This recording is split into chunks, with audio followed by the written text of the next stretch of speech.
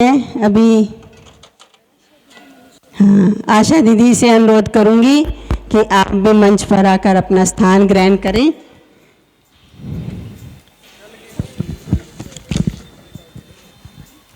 प्रताप भाई मधुबन से हमारे बीच हैं। आपका भी जोरदार तालियों से। हाँ, मनीषा दीदी आपसे भी अनुरोध है कि आप मंच पर आकर अपना स्थान ग्रहण करें।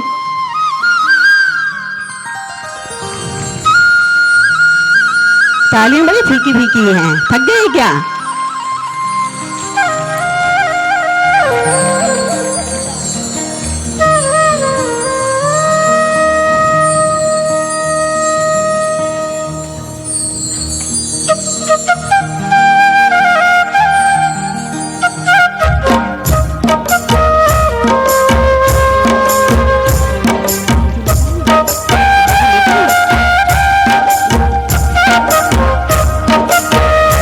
सर्वप्रथम हम सभी 3 मिनट बाबा की याद में बैठेंगे। प्रताप भाई हमारे बीच एक बहुत सुंदर सा गीत रखेंगे, जिस गीत पर ही हम बाबा को याद करेंगे।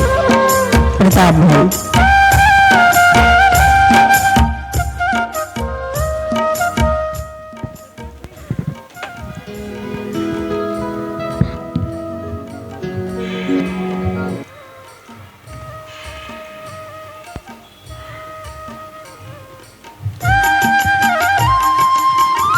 ओम शांति। सभी बाबा की याद में बैठेंगे। अभी दीदी जी और भाई जी क्लास कराएंगे, उससे पहले थोड़ा सा बाबा को याद कीजिए।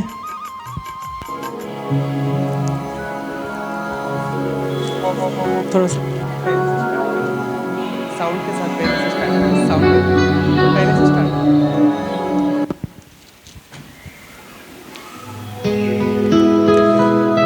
हर कोई आता है आके चला जाता है, कोई न ठहरा यहाँ न ठहर पाता है।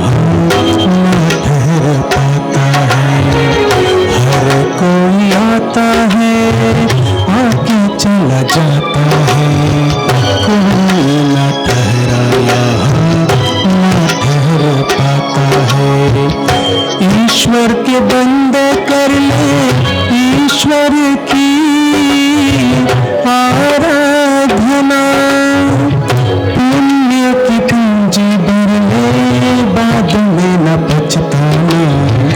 हर कोई आता है आगे चला जाता है, कोई न ठहरा यहाँ न ठहर पाता है।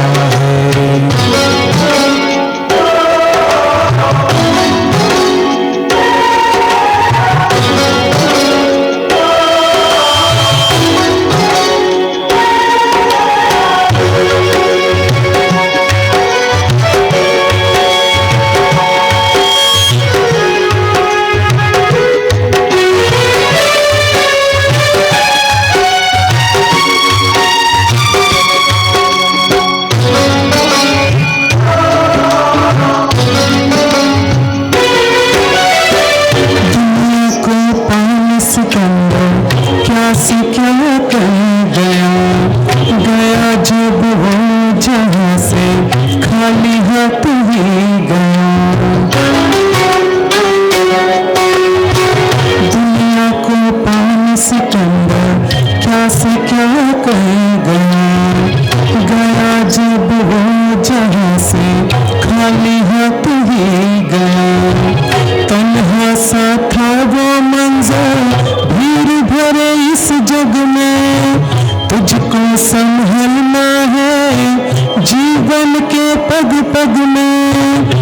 ईश्वर को संत बना ले वक्त चला जाता है, हर कोई आता है आके चला जाता है। कोई न ठहरा यहाँ न ठहर पाता है।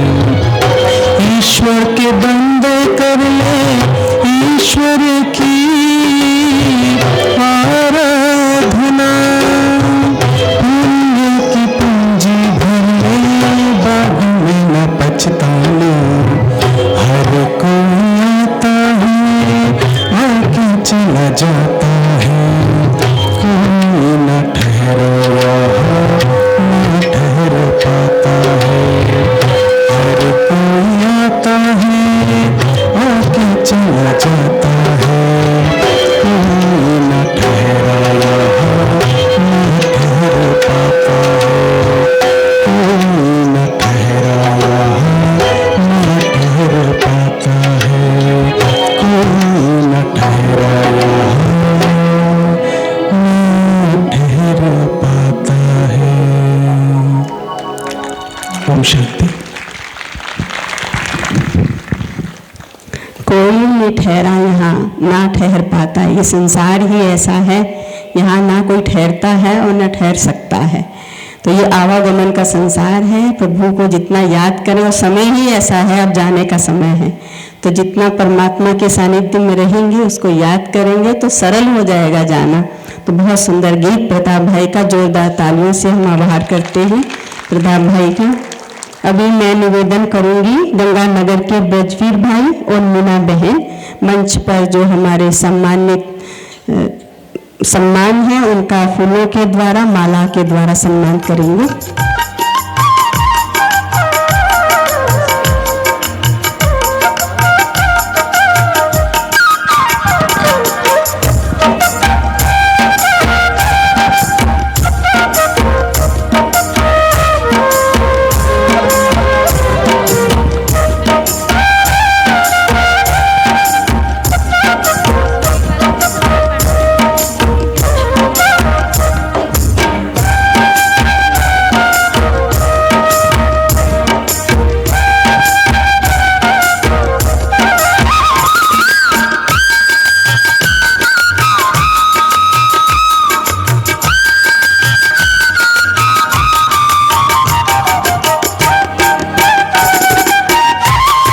दीदी का सम्मान करते हुए मीना बहन आप सब जोरदार तालियों से सम्मान करेंगे। हमारे भारतीय संस्कृति पुष्प और फूल ये सम्मान का सूचक है, और पुष्प जो खुशबू देता है, पुष्प जो खुशी देता है, पुष्प जो ताजगी देता है, ये हमारी भारतीय संस्कृति में पीयूष भाई का ब्रजवीर भाई माला पहनाकर सम्मान कर रहे हैं।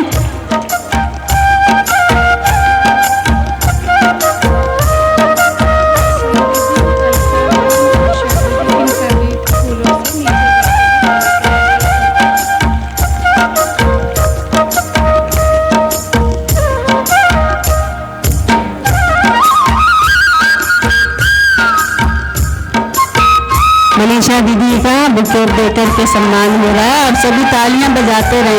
वो जल्दी थक जाते हैं आज के समय में, तालियां बजाते रहेंगे तो आप में ताजगी आती रहेगी और हमें उमंग आता रहेगा। प्रताप भाई का पुष्पगुच्छ देकर के सम्मान हो रहा है। तालियों की गूंज सहनाई बज रही है, तालियों की भी गूंज हमारे कानों में आती रहे।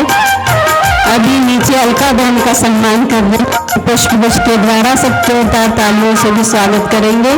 उषा दीदी का स्वागत हो रहा है पुष्पगुच्छ के द्वारा।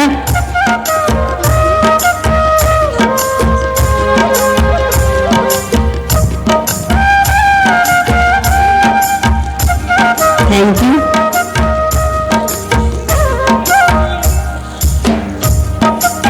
स्वागत की कड़ी अभी रखी रहे हैं यशी बहन।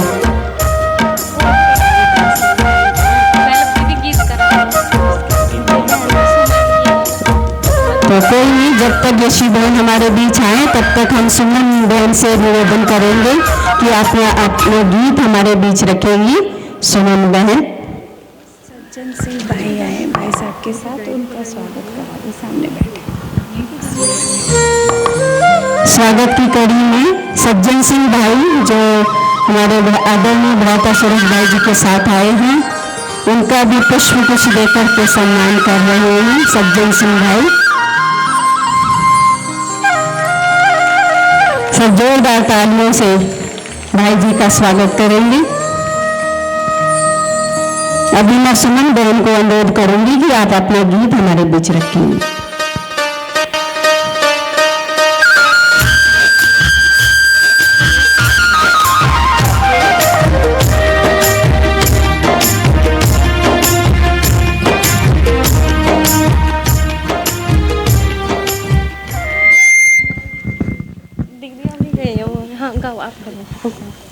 आदत पड़ी हुई है जैसे भाई ने गाया साजों के साथ गाने की, तो मैं अपना कुछ लेके नहीं आई लूप वगैरह, तो आप लोग तालियों से जरूर साथ दीजिएगा, आनंद आएगा आपको, क्योंकि वैसे ही आप तो शिव बाबा से जुड़े हुए हैं, तो अपने अंदर से जितना आनंद उसी को उसे रोकिएगा मत, तालियों के साथ बहने दीजिएगा।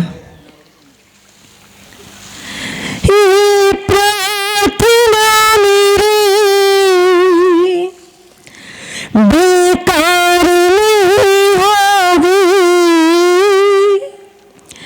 ये प्रार्थना मेरी, बेकार नहीं होगी, पूरा है भरोसा मेरी हार नहीं होगी, पूरा है भरोसा मेरी हार नहीं होगी। शिव बाबा जब तू मेरे साथ है, शिव बाबा सर पे तेरा हाथ है, शिव बाबा जब तू मेरे साथ है, शिव बाबा सर पे तेरा हाथ है, विश्वास मेरे मन का तेरे साथ करंग लाया, विश्वास मेरे मन का तेरे साथ करंग लाया, भक्तों का रक्षक बन भगवान खुद आया, भक्तों का रक्षक बन भगवान खुद आया। इज्जत जमाने में शर्मसार नहीं होगी, इज्जत जमाने में शर्मसार नहीं होगी, पूरा है भरोसा मेरी हार नहीं होगी। शिव बाबा जब तू मेरे साथ है, शिव बाबा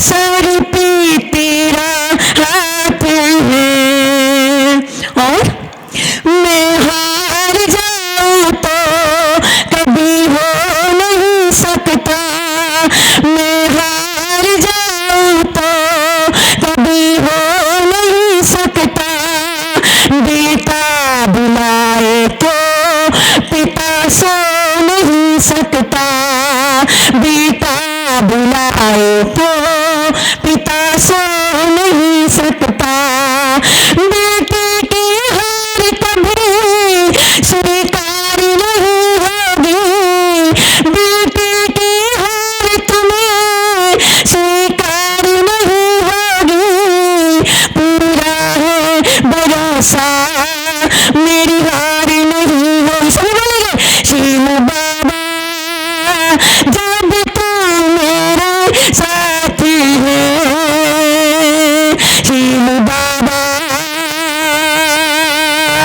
सर पे मेरा हाथ है, शिव बाबा जब तू मेरे साथ है, शिव बाबा सर पे तेरा हाथ है।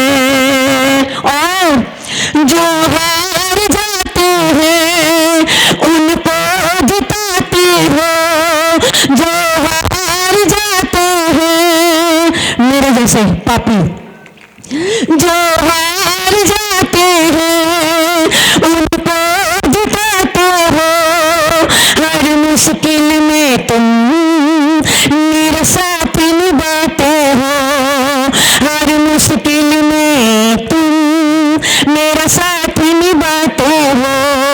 नैया कभी मेरी मझधार नहीं होगी, नैया कभी मेरी मझधार नहीं होगी, पूरा है भरोसा मेरी हार नहीं होगी, शिव बाबा जब तू मेरे साथ है, शिव बाबा सर पे मेरे हाथ है, शिव बाबा जब तू मेरे साथ है, शिव बाबा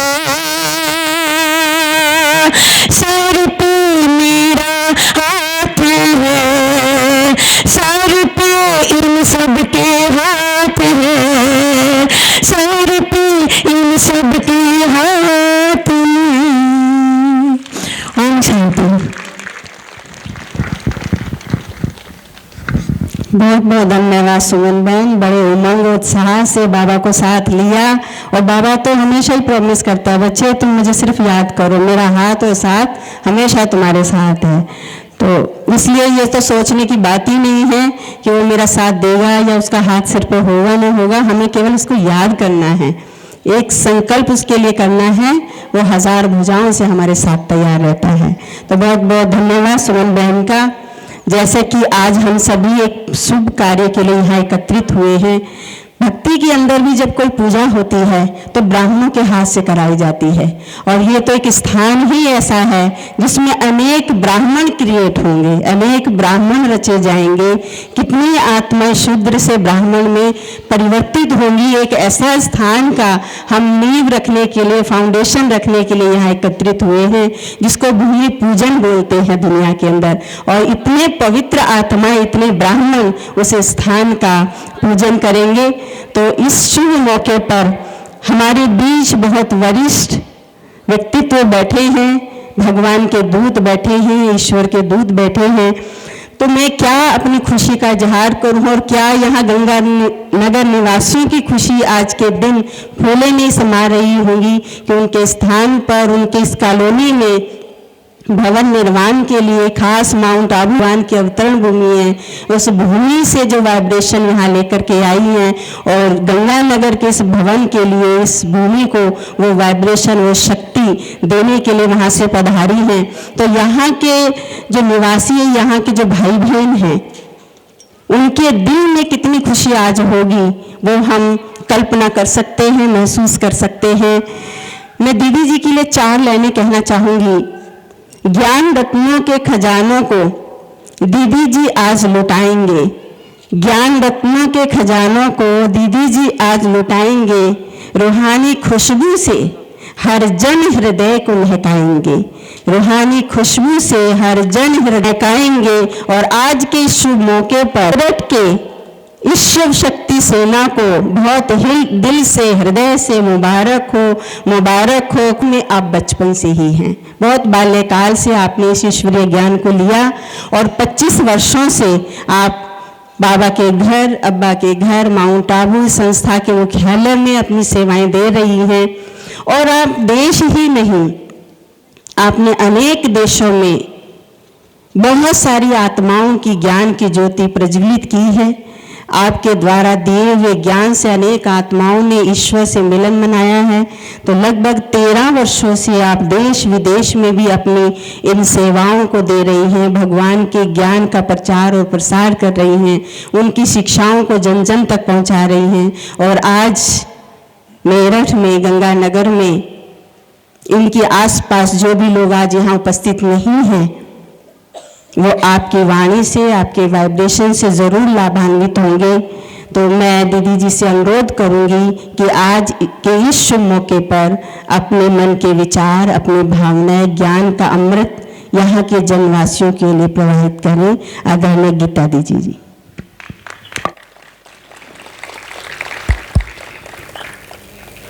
ओम शांति। बहुत ही सुंदर शुभ दिवस हम सबके बीच में आज आया है।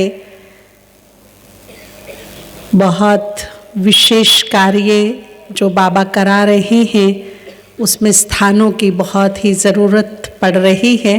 जैसे जैसे सेवाएं बढ़ रही हैं, स्थान छोटे होते जा रहे हैं, कम होते जा रहे हैं। तो मैं बैठकर सोच रही थी कि बाबा की मुरलियों में, महावाक्यों में एक बात सदा ही आती है कि गली गली में बाबा के घर होंगे, और वो समय अब हम देख रहे हैं। तो ये घर भी बहुत जल्दी बनकर तैयार हो जाएगा। आज इसकी बहुत ही पावरफुल नींव, सेवाओं से भरी नींव, यहाँ जो बाबा से मिलन मनाने की एक शुभ इच्छा लेकर आएंगे और उनकी इच्छाएं पूर्ण होंगी। जो भटकती हुई आत्माएं आएंगी, उनको ज्ञान की रोशनी से रास्ता और मंजिल दिखाई देगी। ऐसी कितनी दुखी अशांत आत्माएं इस स्थान पर आकर सुखों की अंजलि प्राप्त करेगी। ऐसे विशेष भवन की नींव आज पड़ने जा रही है, सभी के शुभ संकल्पों के सहयोग से और पवित्र आत्माओं के हाथों से।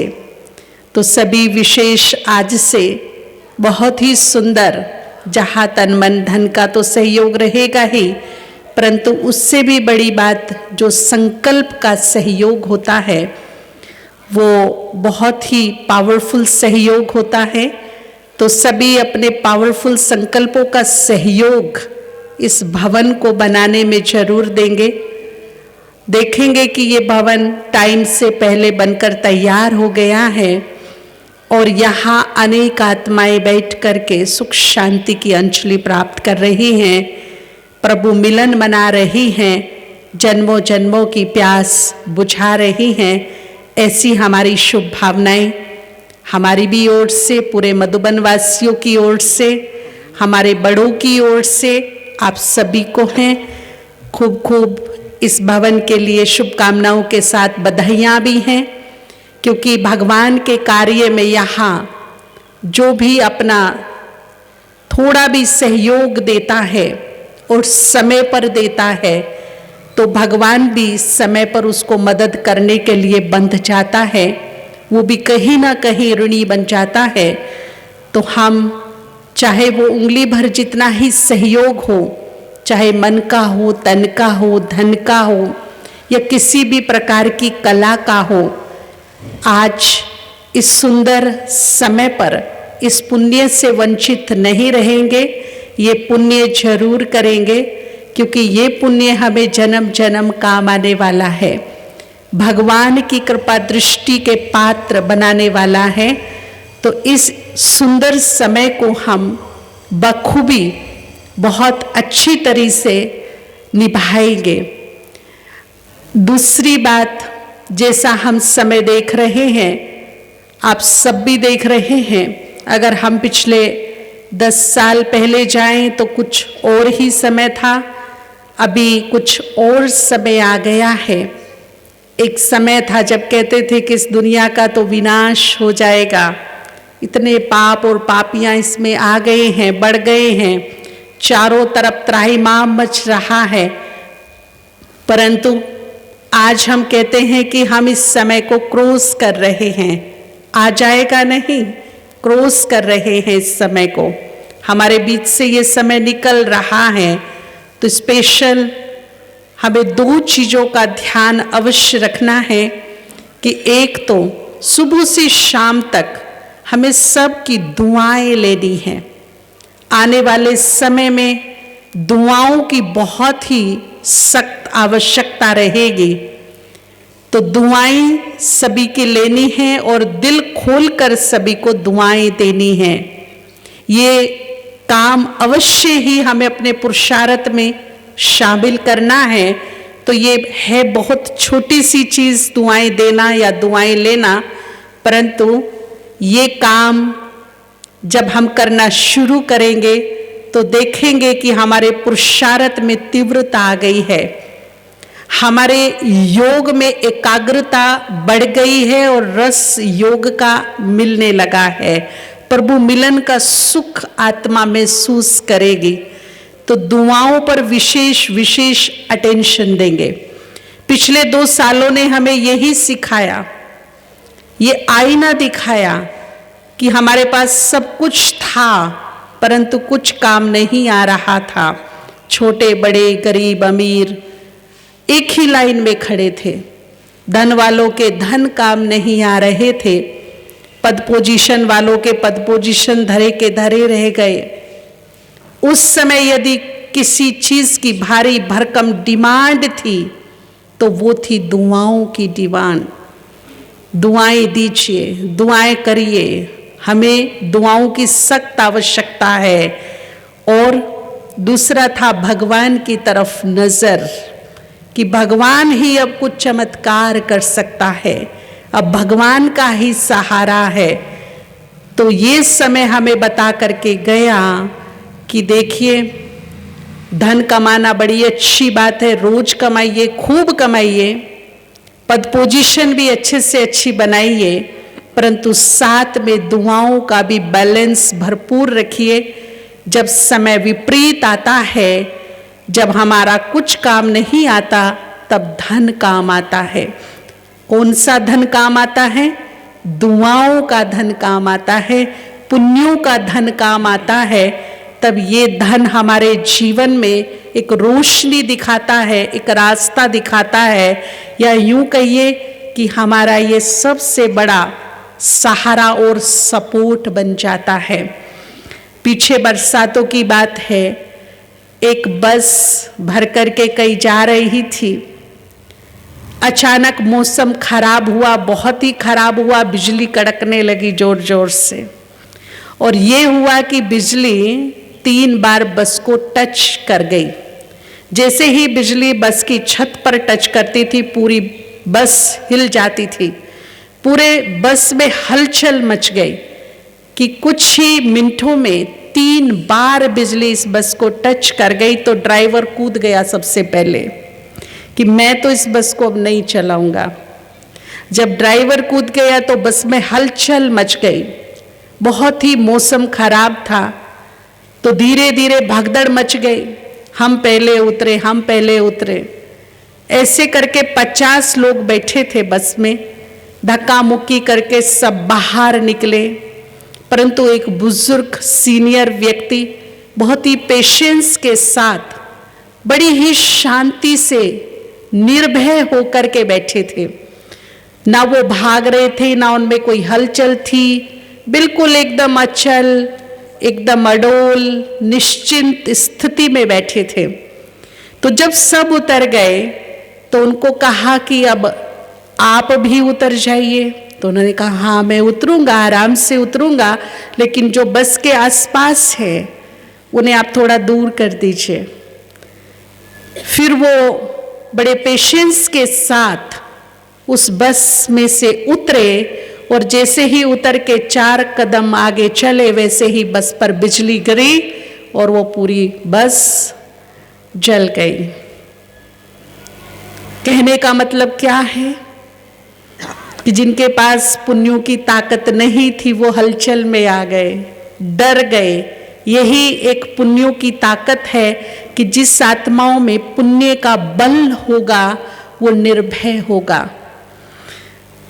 उसको पता था, अपने पुण्यों पर विश्वास था, भगवान पर, इसीलिए वो परमात्म स्मृति में बैठे रहे, भगवान की छत्र छाया में बैठे रहे और अपने पुण्यों को जागृत करते रहे। हुआ ये कि एक व्यक्ति ने 50 लोगों की जान बचाई, एक व्यक्ति कारण बना था सिर्फ। तो इसी तरह से जब हमारे पास पुण्यों की ताकत होती है, पुण्यों का बल होता है, दुआओं की शक्ति होती है, तो हम पता नहीं कितनों का सहारा बन सकते हैं, कितनी आत्माओं को सपोर्ट दे सकते हैं, सुरक्षा दे सकते हैं। जहां जहां तक हमारा ओरा होता है वहां वहां तक सभी सुरक्षित खुद को फील कर सकते हैं। तो ये पुण्य आने वाले समय में हमें बहुत काम में आएंगे। परंतु दुआएं और पुण्य कौन कर सकता है? जिसके मन में मैल नहीं। अगर मेरे मन में मैल है, मन निर्मल नहीं है, तो ना दुआएं हम दे सकते हैं, ना रिसीव कर सकते हैं, ना हमारे से निष्पाप मन से, निष्काम मन से पुण्य हो सकते हैं। इसीलिए सबसे पहले मन का शुद्धिकरण करना आवश्यक है। जब मन शुद्ध हो जाएगा, मन में केवल शुभ भाव, क्षमा भाव, दया भाव, रहम भाव, प्रेम भाव रहेगा, तब हम दिल से जिसको भी दुआएं देंगे उसको लग जाएगी, फलीभूत हो जाएगी। और जो हमें दुआ देगा, मेरा मन रूपी पात्र उसको ग्रहण कर लेगा, अपनी ताकत और अपनी शक्ति उसको बना लेगा। तो इसीलिए मन का शुद्धिकरण होना बहुत जरूरी है। और मन को शुद्ध करने के लिए सबसे बड़ा एक ही काम होता है कि कोई कैसा भी है उसे भगवान को अर्पित करके, अर्पण करके, अपने चित्त को शांत करके, अपनी मन की शांति के लिए, सुकून के लिए, अपने संतोष के लिए फॉरगिव फॉरगेट करे। किसी से क्षमा मांग ले मन ही मन और किसी को क्षमादान कर दे, और साथ में दुआओं का दान करे। ये आत्मा को भी सद्बुद्धि मिले, ये भी सुखी रहे, ये भी खुश रहे, इसका चित्त भी चैन पाए, इसको भी सद मार्ग पर चलने की शक्ति प्राप्त हो, भगवान की कृपा दृष्टि इस पे भी बनी रहे। शुभ शुभ सोचेंगे तो शुभ शुभ होगा। हमारे यहाँ कोई भी शुभ अवसर होता है, किसी घर का, दुकान का उद्घाटन होता है, दिवाली होली आती है, तो हम दरवाजे पे लिखते हैं शुभ लाभ। लेकिन शुभ जब तक नहीं होगा, जब तक मन में शुभता नहीं आएगी। हम अपना शुभ तो चाहते हैं, परंतु दूसरों का शुभ नहीं चाहते। कहीं ना कहीं जेलस, बदले का भाव, कहीं ना कहीं कंपटीशन अंदर ही अंदर। तो ये जो वृत्तियां हमारे मन में सूक्ष्म रूप से पनप रही हैं, ये शुभ होने नहीं देती। तो लिखने मात्र से शुभता जीवन में या घर परिवार में नहीं आएगी। शुभता हमारे जीवन में आएगी जब मेरे विचार शुभ होंगे, जब मेरी सोच शुभ होगी, जब मेरा मन शुद्ध होगा, तो हम देखेंगे कि हमारे जीवन में भी शुभता आ रही है, और जहां मैं कदम रख रही हूं वहां भी शुभ शुभ होता जा रहा है। क्योंकि वाइब्रेशन बाहर से नहीं, अंतर मन से प्रकट होते हैं और वो अपना काम करते हैं। अगर अंतर मन में नेगेटिविटी है तो वाइब्रेशन वाणी पर निर्भर नहीं करेंगे। भले ही मैं कितना शुभ बोलूं, लेकिन मन में मेरे कुछ और ही चल रहा है, तो वो शुभता दिखाई नहीं देगी। इसीलिए मन का शुद्धिकरण, मन का शुभ होना, मन का शांत होना, मन का शक्तिशाली होना, ये बहुत ज़रूरी है। और ये सब चीज़ें होंगी जितनी हम दुआएं दूसरों को देते चलेंगे दिल से, जितनी दुआएं लेते चलेंगे, क्षमा करते चलेंगे, माफ़ी मांगते चलेंगे, चित्त चैन पाएगा, मन एकाग्र होगा और उसके मन का बल दिनों दिन बढ़ता चला जाएगा, मन की शक्ति बढ़ती चली जाएगी, मन पॉजिटिव होता चला जाएगा। तो जो अंदर सकारात्मकता होगी वो बाहर भी दिखाई देगी। तो ये काम हमें जरूर करना है। पुण्य करने वालों को एक विशेष ध्यान रखना है कि रोज कम से कम 5 पुण्य करने का तो हम संकल्प रखें। मन वचन कर्म व्यवहार से, तन मन धन से, किसी भी प्रकार से मुझे रोज 5 पुण्य तो जरूर ही करके सोने हैं। अगर मैं ये संकल्प रखती हूँ तो आप सोचिए कि 1 महीने में हमारे पुण्यों की पूंजी कितनी जमा हो जाएगी और 1 साल में कितनी हो जाएगी। और ये पुण्य अपना चमत्कार फिर हमें दिखाएंगे। परंतु पुण्य करने से पहले एक बार हम अपनी नीयत को भी चेक कर लेंगे कि मेरी नीयत में कोई खोट तो नहीं है, किसी स्वार्थ से, किसी कामना से, नेम फेम की इच्छा से कोई मैं ये सत्कर्म करने का दिखावा तो नहीं कर रही हूँ। पुण्य कर्म के पीछे एक बहुत बड़ा लॉजिक काम करता है, नेकी कर दरिया में डाल। पुण्य कर्मों का जितना गुप्त सहयोग होता है बल वाला होता है। नहीं तो पुण्य तो हो जाएंगे परंतु पुण्यों में जो बल होना चाहिए वो हमें दिखाई नहीं देगा, वो खत्म हो जाएगा। जैसे देखिए कोई मार्केट से आप महंगा फ्रूट खरीद के घर में लाए, आपने उसकी कीमत चुकाई, अपनी इच्छा से फ्रूट लाए, लेकिन जैसे ही वो फ्रूट काटा तो अंदर से टोटली काला था फल, पर तो खाने के लायक नहीं था। तो जिन पुण्यों में खोट आ जाती है, जिन पुण्यों में पहले से ही कामना भरी होती है, स्वार्थ भरा होता है, तो वो पुण्य ऐसे ही होते हैं। होता फल है परंतु खाने के लायक नहीं होता, उनमें कोई ताकत नहीं होती, उनमें कोई बल नहीं होता और समय पर वो काम में नहीं आते। तो पुण्य करने से पहले हमें अपनी नीयत भी चेक करनी है कि इसमें कोई खोट तो नहीं है। और फिर नेकी करते रहिए, दरिया में डालते रहिए, निश्चिंत रहिए। जैसे वो भाई का एग्जाम्पल मैंने दिया, बस में बैठा था, उसे अपने पुण्यों पर, भगवान पर पूरा विश्वास था, इसीलिए वो लास्ट में बड़े आराम से उतरा। और जब उतर के नीचे चला उसके बाद बस पर बिजली गिरी, इतना गिरी नहीं।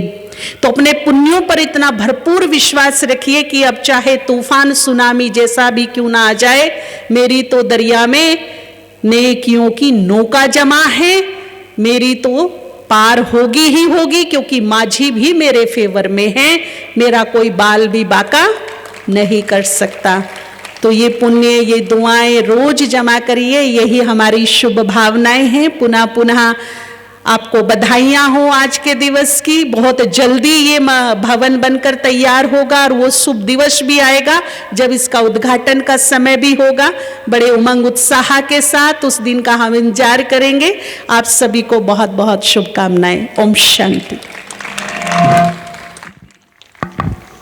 बहुत बहुत धन्यवाद आदरणीय गीता दीदी जी का। ज़रूर आपका इंतज़ार हम जल्दी पूरा करेंगे। तो कितनी सुंदर बातें दीदी ने बताई। भले कहने में तो हम लोग बचपन से सुनते हैं कि पुण्य का फल मीठा होता है, लेकिन जब हकीकत ज़िंदगी से गुजरता है तभी उसका एहसास होता है कि एक का पुण्य पूरे परिवार को, पूरे समाज को, पूरे खानदान को तार जाता है। कहते एक व्यक्ति अगर घर में श्रेष्ठ विचार वाला है, वो पूरे परिवार की, पूरे खानदान, वसुधैव कुटुंबकम में, लेकिन लौकिक में उनका किसी से रिश्ता नहीं था, लेकिन उनके पुण्य की वजह से उनको भी उसका फल मिला। तो जिस तरह के हमारे कर्म हो, पुण्य करें तो हम कैसी भावना हो। बहुत सुंदर दीदी का आज का ये क्लास और व्याख्यान था। तो दीदी को बहुत बहुत तहे दिल से आभार, धन्यवाद। आपने इतनी सुंदर क्लास हम सबके बीच रखी। हमारे इस कार्यक्रम में बहुत सुंदर सुंदर जो लोक कल्याण में, विश्व कल्याण में, समाज कल्याण में परमात्मा को जीवन समर्पित किए हुए हैं, ऐसे प्रतिभाएं हमारे बीच बैठी हैं, ऐसे व्यक्तित्व हमारे बीच बैठे हैं, तो अभी मैं निवेदन करना चाहूँगी हमारे आदरणीय पीयूष भाई जी से, जिनके दिल में सदा बहती रहती है, सेवा की धारा जिनके दिल में सदा बहती रहती है, इसलिए हर आत्मा की दिल की दुआएं आपको सदा मिलती रहती हैं, आपको सदा मिलती रहती हैं।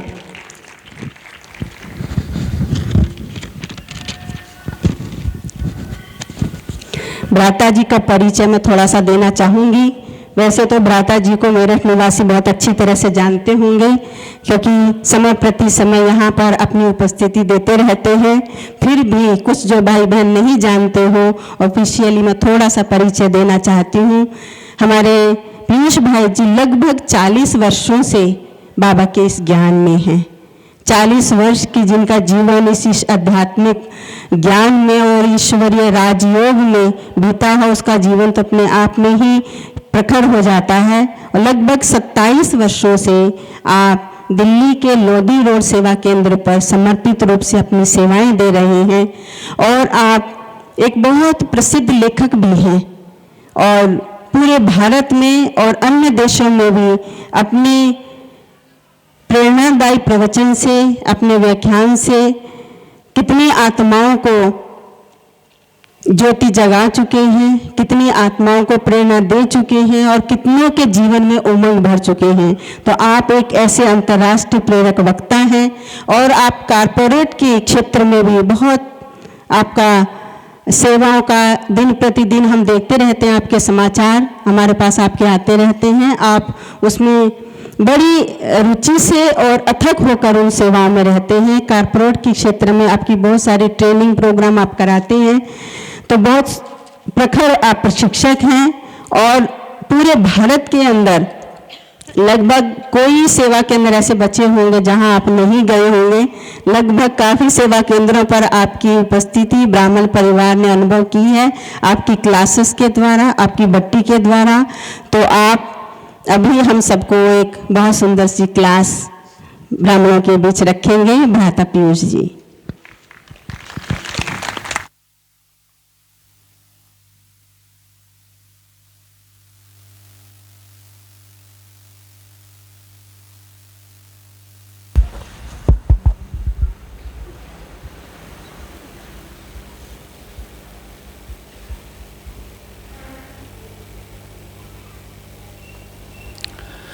ओम शांति।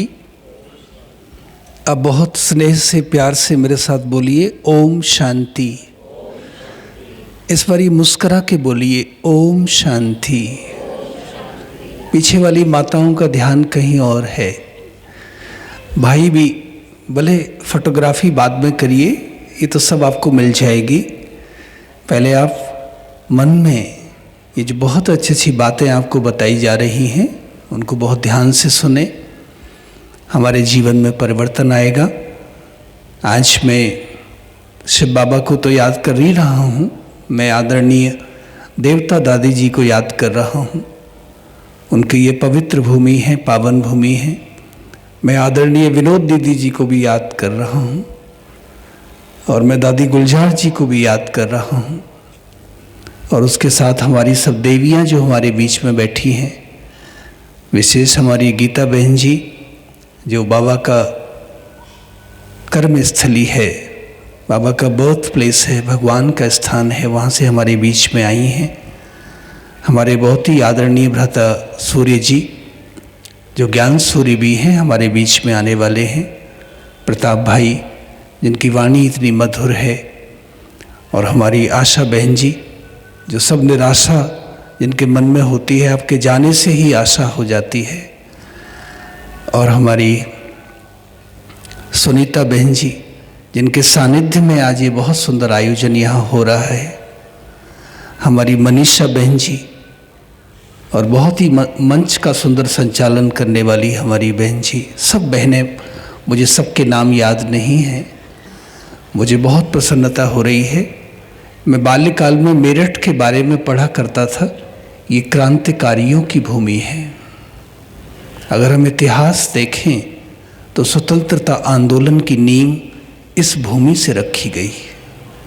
तो भाइयों बहनों, आज एक नई तरह की क्रांति यहाँ से शुरू हो रही है और वो है आध्यात्मिक क्रांति, स्पिरिचुअल रेवोल्यूशन।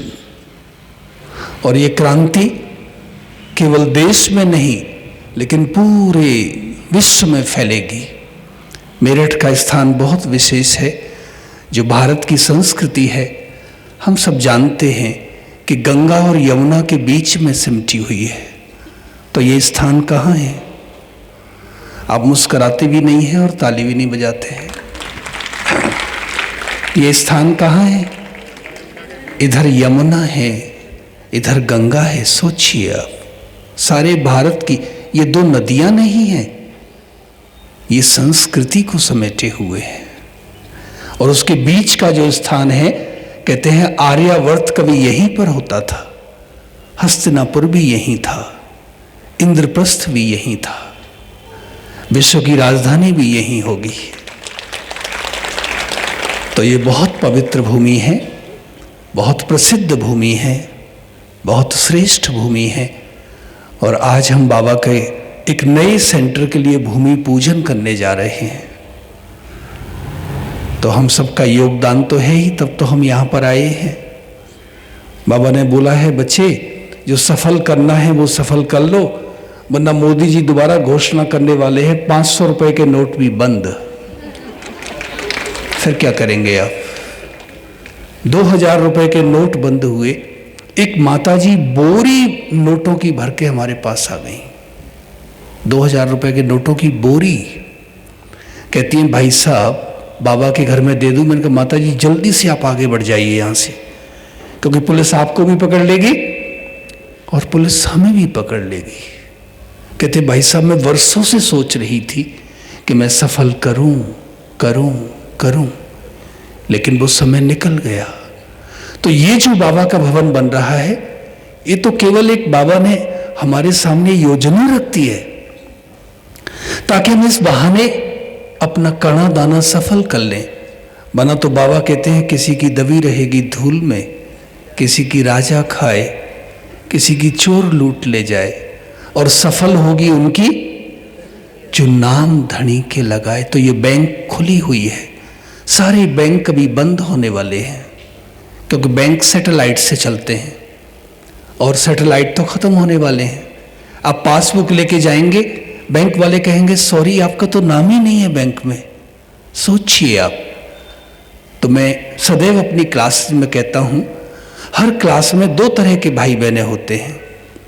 एक होते हैं मैनेजर और एक होते हैं पार्टनर। तो आप सब कौन है? कौन है? पार्टनर है। हल्के से बोल रहे हैं, आवाज सुनाई नहीं देती। ये मेरठ वाली आवाज तो नहीं है। पार्टनर है। कैसे? सिद्ध करना पड़ेगा ना, ऐसे थोड़ा ना मान लेंगे। कैसे पार्टनर हैं आप? हैं जी? एक्टिव। अच्छा, एक्टिव पार्टनर है। अच्छा, बाबा के साथ पार्ट तो सभी कर रहे हैं, 33 करोड़ करेंगे, कोई बहुत बड़ी बात थोड़े ना। कैसे हम पार्टनर हैं? हाँ, बाबा ने बोला हुआ है कि बच्चे जब तक आप बाबा के घर की जिम्मेवारी नहीं लेंगे तब तक आपका बाबा से योग लगने वाला नहीं है। मैंने दादी जानकी जी से प्रश्न पूछा, वरिष्ठ भाइयों की भट्टी हो रही थी। दादी जी कहते थे प्रश्न पूछो। तो मैंने कहा दादी जी हम इतने पुराने कई बारी हो जाते हैं, हमारा बाबा से योग नहीं लगता है, उसका कारण क्या है? तो दादी जी ने बहुत अच्छी बात बताई, जहां हमारा धन होगा वहां हमारा मन होगा। तो हमें अपना धन बाबा के घर में सफल करना है। जब तक हमारा धन बाबा के घर में नहीं लगता है तो हमारा मन भी नहीं लगता है। इसलिए ये एक बहाना बाबा ने हमें दिया है कि हम अपने धन को, तन को भी करना है, मन को भी करना है, धन को भी करना है, हमें सब कुछ सफल करना है। क्योंकि सफल नहीं करेंगे तो फिर तो हम सब जानते हैं उसकी क्या गति होने वाली है।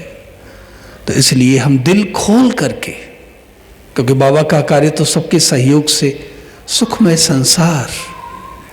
बाबा चाहें तो किसी बहुत बड़े उद्योगपति की बुद्धि को 1 सेकंड में टच कर दें और बाबा का माउंट आबू में भी बहुत बड़ा कारोबार बन जाए, बाबा के सेंटर्स भी बन जाएं, लेकिन बाबा कहते मुझे बच्चों की पाई पाई सफल करानी है।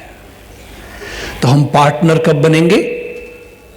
मैं आपको एग्जाम्पल देता हूं। हमारे यहाँ एक भाई हैं, 25 वर्ष पहले उन्होंने कहा, भाई साहब मुझे संकल्प आया है बाबा के घर में जो दूध का कारोबार होता है ना, वो मैं जिम्मेवारी लेता हूं। ले लीजिए।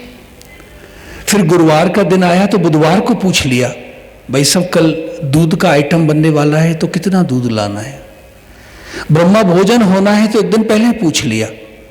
25 वर्ष हो गए, उस ब्रह्मा वत्स ने एक दिन भी बाबा के घर में दूध लाना बंद नहीं किया। आंधी आई, तूफान आया, बरसात आई, कोरोना आया, वो कोरोना के टाइम बाबा के घर में अंदर नहीं आए, लेकिन दूध की थैली दरवाजे पर लटका के चले गए। और मैंने देखा उनका कारोबार, 1 मकान, 2 मकान, 3 मकान, एक बच्चे का इतना अच्छा कारोबार हुआ, दूसरे का हो गया, तीसरे का हो गया। तो भाइयों बहनों, बाबा हमारा संगम पर भी नहीं रखते हैं और भविष्य में तो बाबा हमें कितने गुना करके देने वाले हैं। तो ये निशानी है कि हम बाबा के पार्टनर बच्चे। जिम्मेवारी, मम्मा के और हमारे पुरुषार्थ में क्या फर्क है? मम्मा जिस दिन आई और बाबा ने जो बोल दिया तो मम्मा ने कभी नाची नहीं बोला। दादियां हमें बताया करती थी, विशेषकर दादी चंद्रमणि जी कहते, हम सब दादियों में से मम्मा ने 24 घंटे ब्रह्मा बाबा में शिव बाबा को देखा। सोचिए आप। तो हमें भी कौन सा पुरुषार्थ करना है? इस बाबा के घर की कोई जिम्मेवारी मुझे ले लेनी है। और जैसे ही आप बाबा के घर की जिम्मेवारी लेते हैं, फिर क्या होता है? फिर ये घर आपको अपना लगने लगता है, फिर आपका मन उस घर में कम लगता है, फिर आपको बार बार ये घर खींचता है। अभी हम बेंजी के फोन का इंतजार करते, कहते बेंजी का फोन नहीं आया, मैं कैसे जाऊं सेंटर? अरे ये तो मेरा अपना घर है, मेरे पिताजी का घर है, मेरा अधिकार है इस घर पर। तो इसलिए जब हम अपना धन सफल करते हैं तो फिर अपने आप हमारा मन बाबा के साथ जुट जाता है। और भी कई सारे एग्जाम्पल्स हैं। तो इसलिए मैं चाहूँगा कि बहुत जल्दी ही ये बहुत सुंदर इमारत मेरे सामने, तो बाबा का कमरा भी बहुत सुंदर आ गया है, मैं तो उसमें बैठ के योग भी कराया। और जो बाबा का बहुत सुंदर हॉल बनने वाला है, उसका विशाल द्वार बनने वाला है, मैंने तो सब कुछ देख लिया। तभी वो बहुत जल्दी साकार होने वाला है और बहुत बाबा की सेवाएं होने वाली हैं। बाकी पुरुषार्थ की जहाँ तक बात है, तो आदरणीय भ्राता जगदीश जी से मैंने एक बहुत अच्छी बात सीखी। वो मुझे सदैव कहा करते थे, पीयूष भाई आपको इस ज्ञान मार्ग में टिके रहना है और आगे जाना है, तो आप प्रोजेक्ट अमन पर काम करना, अ, म और न। तो मैंने पूछा भ्राता जी ये क्या है? तो उन्होंने कहा अ माने अमृत वेला। कचे कुछ भी हो जाए, कभी अपना अमृत वेला नागा नहीं करना। कहते मैंने भी नहीं किया है। और दूसरा म माने सवेरे की मुरली और न माने नुमा शाम का योग। तो ये 3 चीजें हमारे ब्राह्मण जीवन की नींव है। बस हमें कुछ नहीं करना है, हम इन 3 बातों को पकड़ के बैठ जाएं, चाहे कुछ भी हो जाए, मुझे अमृत वेला उठना ही है। मेरे दिन की शुरुआत बाबा के साथ गुड मॉर्निंग से होनी ही है। आज मैं देखता हूं ब्राह्मणों का थोड़ा अमृत वेला ऊपर नीचे होता है। कई ब्राह्मण उठते हैं, कई ब्राह्मण नहीं उठते हैं, कई उठते हैं तो नींद करते रहते, बाबा आप ज्ञान के सागर, आप प्रेम के सागर, आप शांति के सागर। फिर नींद आ जाती है, क्योंकि वो घिसी पिटी बातें हम बाबा से करते हैं ना। तो जब हम अमृत वेला करें, भ्राता जी ने मुझे बताया, एक अमृत वेला पूरा हुआ, अब हम दूसरे अमृत वेले की तैयारी शुरू कर दें, क्योंकि मुझे भगवान से मिलना है। सोचिए आप, ऐसे नहीं है सारे दिन में हम टीवी देखते रहें, मोबाइल देखते रहें, व्हाट्सएप देखते रहें, फेसबुक देखते रहें और फिर हम सोचे कि हम अमृत पीला कर लें। कैसे भगवान से मिलन होगा? टीवी देखना बुरा नहीं है, लेकिन हम कितना टाइम टीवी देख रहे हैं। और सबसे बड़ा शत्रु आज हम ब्राह्मणों का क्या है? ये मोबाइल हो गया है, हर दम मोबाइल। इसके कारण कितनी सारी प्रॉब्लम्स भी हो रही हैं, समस्याएं भी हो रही हैं, घर भी टूट रहे हैं, तलाक के रेट बढ़ रहे हैं। इसलिए आप मोबाइल का प्रयोग करिए, मैं उसके लिए मना नहीं करता हूं, लेकिन सवेरे हमें कभी भी मोबाइल का प्रयोग नहीं करना है। सबसे पहला विचार मेरे सारे दिन को निर्धारित करने वाला है। वो विचार कौन सा है उसको लिख लीजिए डायरी में, और वो विचार सदैव पॉजिटिव होना चाहिए, बाबा के बारे में होना चाहिए।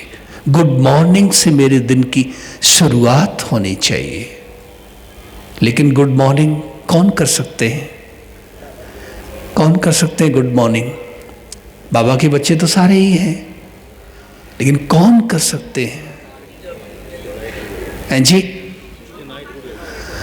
जो रात को बाबा को गुड नाइट करके सोएंगे। हम तो टीवी देखते देखते सोते हैं, हम तो मोबाइल पर बात करते करते सोते हैं, तो हमें रात को नींद नहीं आती है। कई ब्राह्मण हमारे पास आते हैं, भाई साहब सारी रात नींद नहीं आती है, माथा हरदम भारी रहता है। सोचिए आप, तो उसका कारण क्या है? क्योंकि रात को हम सब ये चीजें करके सोते हैं। इसलिए बाबा ने बोला है, बच्चे सारे दिन आपने इन सारे साधनों का प्रयोग किया, अब इनको बंद कर दीजिए, अब मुझसे बात करिए। आज का दिन मेरा बहुत अच्छा गुजरा, थैंक यू बाबा। कोई भूल हुई तो बहुत भावनाओं से, बहुत सच्चे दिल से बाबा से क्षमा मांग लीजिए। बाबा ये भूल मैं कभी नहीं करूंगा। मम्मा से भी भूलें हुई, लेकिन मम्मा में और मुझ में क्या फर्क है? मम्मा ने किसी भूल की पुनरावृत्ति नहीं की, और हम क्या करते? हम हर दिन बाबा से माफी मांगते हैं, हर दिन भूल करते हैं, तो फिर बाबा कैसे क्षमा करेंगे हमें? इसलिए रात को सोने से पहले वो टाइम बहुत इंपॉर्टेंट है। उस टाइम केवल बाबा की याद, और कोई भी नहीं। फिर आप बाबा की याद में सो जाइए, तो आप देखेंगे आप कम टाइम सोएंगे, आपको ज्यादा शक्ति मिलेगी, आप सवेरे फ्रेश हो जाएंगे। और जिन संकल्पों के साथ रात को सोए थे, फिर सवेरे कौन से संकल्प आएंगे? वही संकल्प आएंगे। तो मेरा अमृत वेला बहुत अच्छा हो गया है। मैं कहता हूं 5 प्रकार का अमृत वेला हमारा होना चाहिए। नियम पूर्वक, विधि पूर्वक, प्रेम पूर्वक, स्नेह पूर्वक और नवीनता पूर्वक। क्योंकि भगवान से मिलना है ना, तो विधि बाबा ने हमें बताई हुई है। बच्चे उठते ही बस बाबा की स्मृति, बाबा के लिए इतना दिल में प्यार उमड़े। आप सोचिए 800 करोड़ से ज्यादा आत्माएं हैं आज दुनिया में, वो भगवान को याद कर रही हैं, और भगवान सवेरे मुझको याद करते हैं। अहो सौभाग्य, इससे बड़ा तो कोई भाग्य नहीं हो सकता है। परमात्मा ने जब सवेरे अपनी नजर इस धरा पर दौड़ाई, तो उनकी दृष्टि मुझ पर आकर ठहर गई। वाह, मेरे जैसा भाग्य तो किसी का नहीं हो सकता है। फिर बाबा ने नियम भी बताया है, बच्चे इतने बड़े शरीर, आप इसके साथ मुझे याद करना चाहते हैं? क्योंकि मैं शरीर का पिता तो नहीं हूं ना, मैं आत्माओं का पिता हूं। इसलिए आत्मा का पाठ पक्का। हम भी आत्मा, तुम भी आत्मा, आपस में भाई भाई। ब्रह्मा बाबा ने इसको लिख लिख करके अभ्यास किया। मैंने एक डायरी देखी बाबा की, जब तक शिव बाबा ब्रह्मा बाबा के तन में नहीं आए थे, उससे भी पहले की डायरी है। और बाबा ने लिखा, यशोदा माँ बाबा के कमरे में आई और बाबा ने लिखा, जसोदा भी एक आत्मा है, नारायण भी आत्मा है।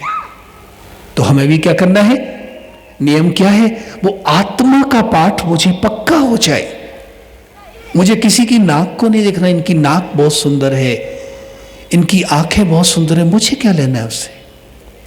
मुझे कहा आत्मा कैसी है। और फिर तीसरा, स्नेह पूर्वक। कहते भगवान को तो कोई रस्सी बांध नहीं सकती, लेकिन एक स्नेह की रस्सी ऐसी है जिसमें परमात्मा भी बंध जाते हैं। हमारी दादियों ने तो कोई दुनिया की पढ़ाई की नहीं, फिर उन्होंने भगवान को कौन सी रस्सी में बांध लिया? स्नेह की रस्सी में बांध लिया। स्नेह पूर्वक अमृत वेला होना चाहिए। और फिर अगला है समय पूर्वक। कहते टाइम इज मनी। कहीं कहते हम 5 बजे अमृत वेला कर लें तो कौन सा फर्क है? मैंने कहा आपकी ट्रेन का टाइम 4 बजे है, आप 5 बजे चले जाएं तो कोई फर्क होगा? कहते फर्क होगा ना, ट्रेन चली जाएगी। मैंने कहा यहां भी बाबा चले गए, फिर तो भक्तों का टाइम शुरू हो गया ना। तो बाबा ने जो समय निश्चित किया है उस समय की वैल्यू है। कहीं 3 बजे उठ जाएंगे फिर 4 बजे सो जाएंगे, वो भी ठीक नहीं है।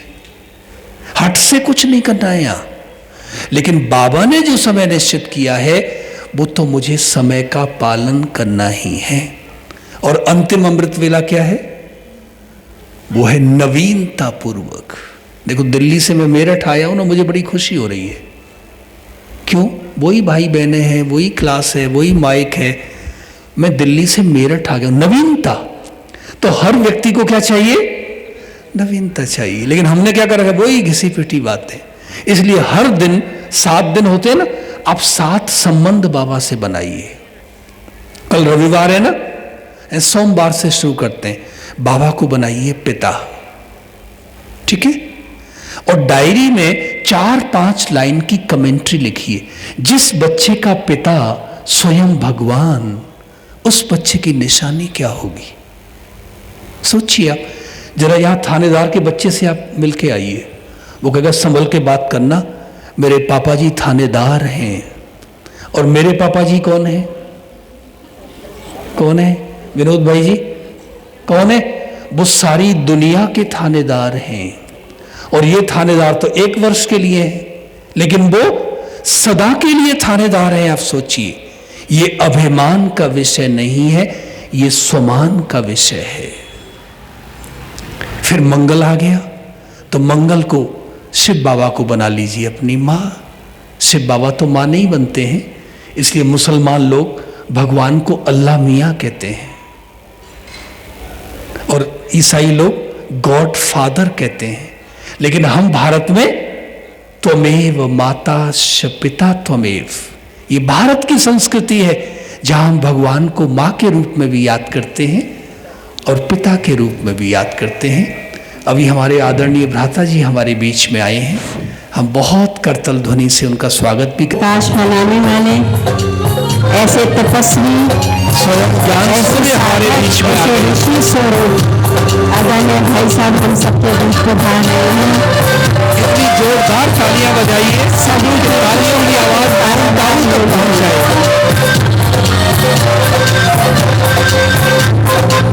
आइए भ्राता जी, सभी अपनी तालियां बजाते रहेंगे, तालियां बजाते रहें प्लीज। स्थान न लेंगे।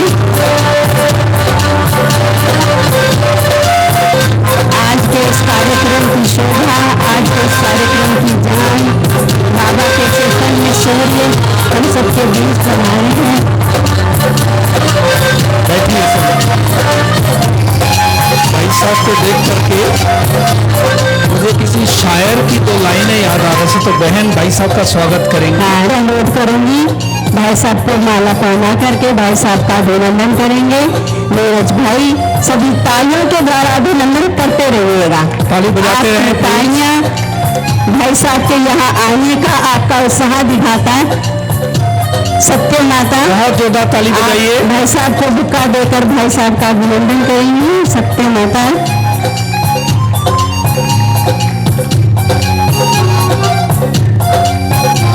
ऐसी विभूति हम सबके बीच पधारी है, ये हम सबका गौरव है, ये आप सबका गौरव है।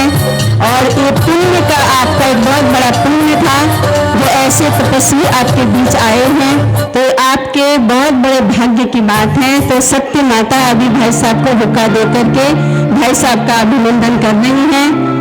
बहुत जोरदार तालियां बजाएं आप सभी भाई बहन। तालियों से आप अपनी तालियों से भाई साहब का अभिनंदन कर रहे हैं। आप ऐसा महसूस करें कि इस बुके में आप भी शामिल हैं, तो वो उमंग और उत्साह से आप अपनी तालियों का सहयोग देते रहेंगे। मैं भाई साहब के लिए 2 पंक्तियां बोलता हूँ। मुझे देखते देखते भी याद आ गई किसी शायर की बात।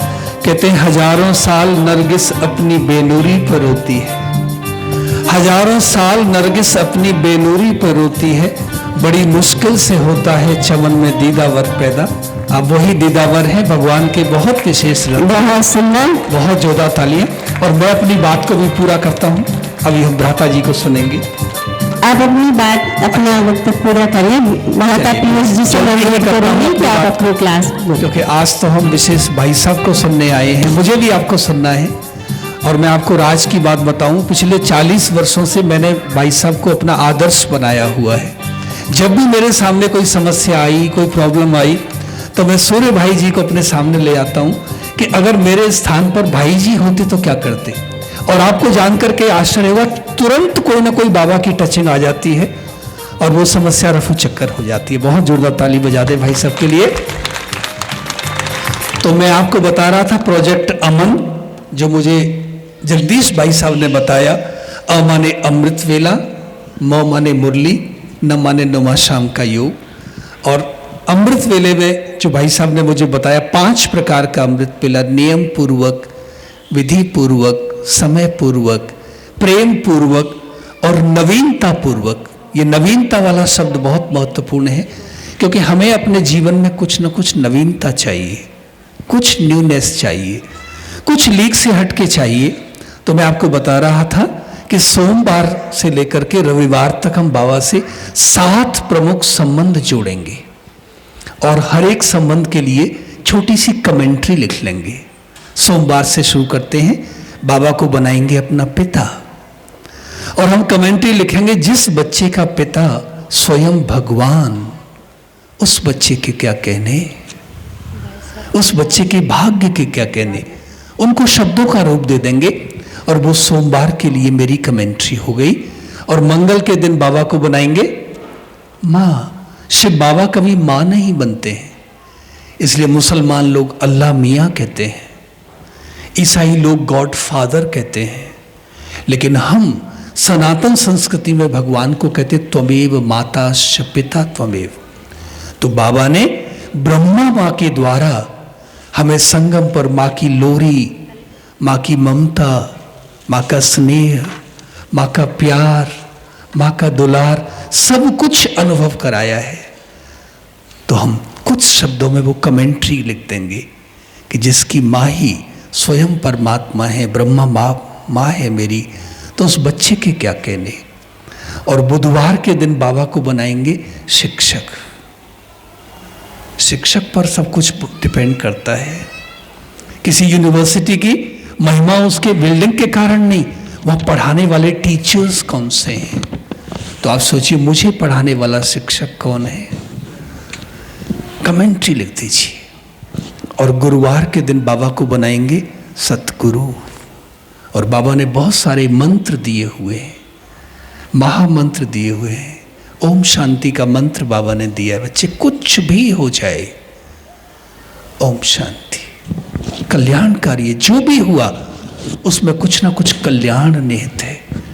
मेरा एक भी संकल्प नहीं चल सकता क्यों हुआ, कैसे हुआ, क्या हुआ, नहीं। और बाबा ने मंत्र दिया है मन मनाफव।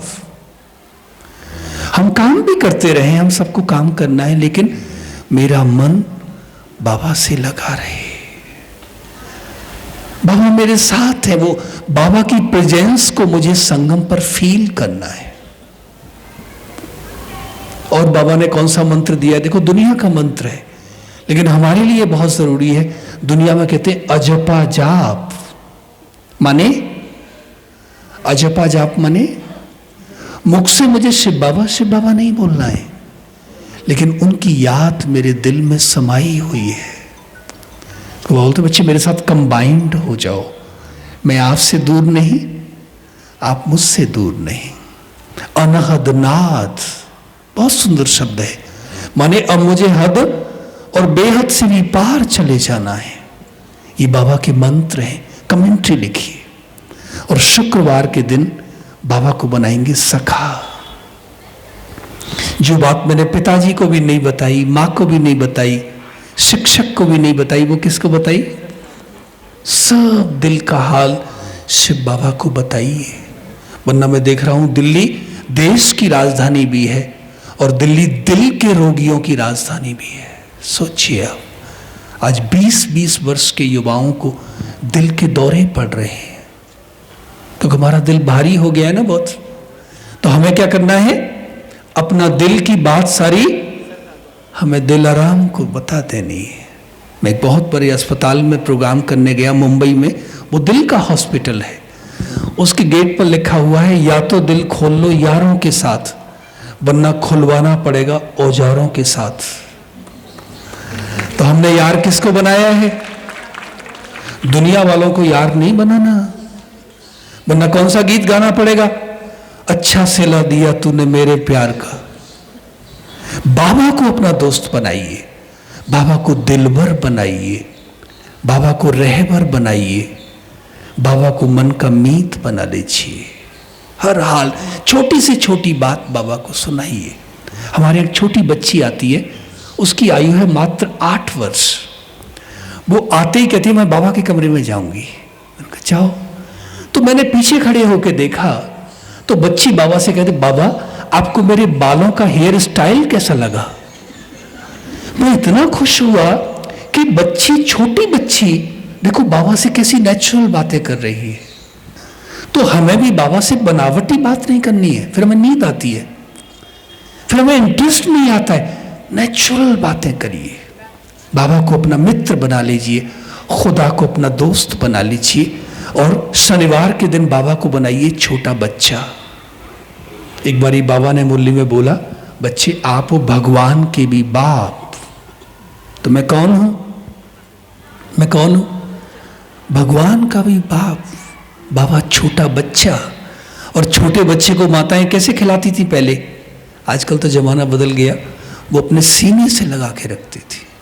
तो मुझे भी बाबा को कैसे रखना है? बस सीने से लगा के रखिए। बाबा मुझसे दूर नहीं, और मैं कमेंट्री लिख डालिए। और फिर रविवार के दिन बाबा को बनाइए साजन। और मैं साजन और सजनी कब बात करते हैं बहन जी? सत्या माता जी, आपका नाम मुझे याद हो गया है। कब याद करते हैं साजन और सजनी? आपस में तो मिलते ही रहते हैं, कोई बड़ी बात थोड़ी ना। कब याद करते हैं? जब कोई तीसरा नहीं होता है। तो मेरे और बाबा के बीच में भी कोई तीसरा आया तो तीसरा नेत्र बंद। इसलिए बस शिव साजन को ही मुझे देखना है। सारी बातें मुझे शिव साजन से करनी है। एक बारी बाबा ने मुरली में हंसी हंसी की बात बताई, कहते सजनिया एक तो काली और ऊपर से नखड़े। कहते तो दुनिया का भी दस्तूर नहीं है, तो इसे नखड़े का टाइम नहीं है। बाबा से दिल की बातें, बाबा को साजन बना लीजिए और जो भी कुछ बात है सब बाबा को बताइए, तो हमारा अमृत वेले का योग बहुत अच्छा हो जाएगा। और बाकी तो बातें अभी हम भ्राता जी से सुनेंगे। Thank you. ओम शांति। बहुत बहुत धन्यवाद आदरणीय भ्राता पीयूष जी का। आपने कितने सुंदर पुरुषार्थ के सबको उमंग उत्साह से भर दिया और नई किरण दी।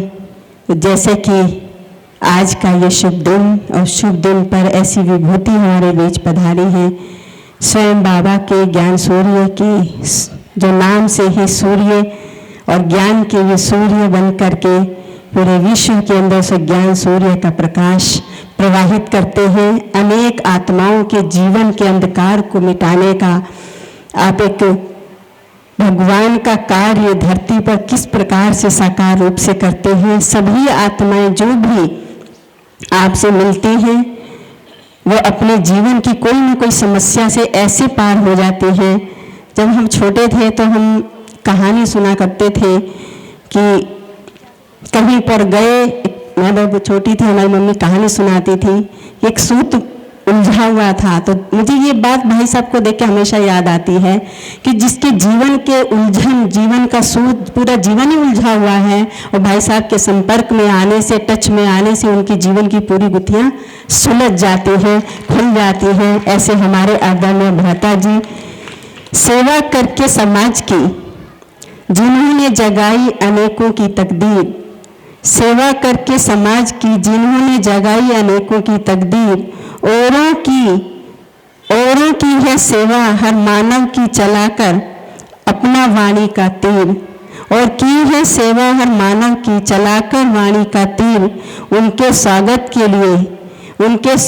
के लिए हम झुकाते हैं अपना सिर, उनके स्वागत के लिए हम सब झुकाते हैं अपना सिर। जो महान आत्मा है वो है हमारे आदरणीय भ्राता सूरज जी।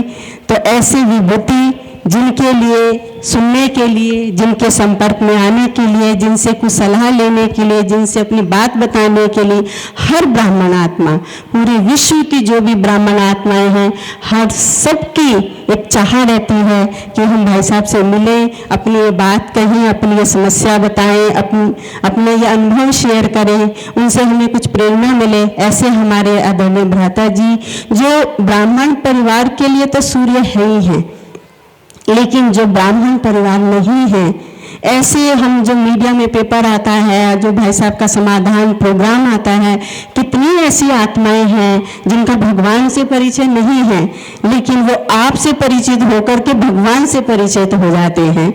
जिनका परिचय आपसे हो जाता है, खुद ब खुद उनका परिचय परमात्मा से हो जाता है। तो मैं भाई साहब के लिए ज़्यादा बातें ना कहते हुए, ज़्यादा समय ना लेते हुए 4 लाइनें कह के ये माइक भाई साहब को देना चाहूँगी। भगवान ने भी संसार के अंदर कीमती रतन गिनती के ही बनाए हैं। भगवान ने संसार के अंदर कीमती रतन गिनती के ही बनाए हैं। उन रत्नों में सबसे ज़्यादा कीमती रतन आज हमारे बीच में आए हैं। तो मैं भाई साहब से ये आग्रह करूंगी, विनती करूंगी कि आप अपने अनमोल वचन हम सबके बीच रखें। आदरणीय भ्राता जी। ओम शांति। कीमती रत्नों के बीच में कीमती रतन आए। यहाँ तो हर एक की कीमत जबरदस्त है, अनमोल है। चमक रहे हैं बाबा के सितारे संसार में, और अब संसार को भी चमकाने वाले हैं। बाबा ने एक बहुत गहरी बात कभी कही, अव्यक्त बाबा ने आत्मिक दृष्टि के लिए कही, जब तुम्हारी नज़र हरेक के अंदर चमकती हुई आत्मा पर जाएगी, तब सारे संसार की नज़र तुम चमकते हुए हीरो पर आएगी। बहुत अच्छी बात है ये। तो अब संसार तो चमकना ही है, अंधेरा पूरा होगा।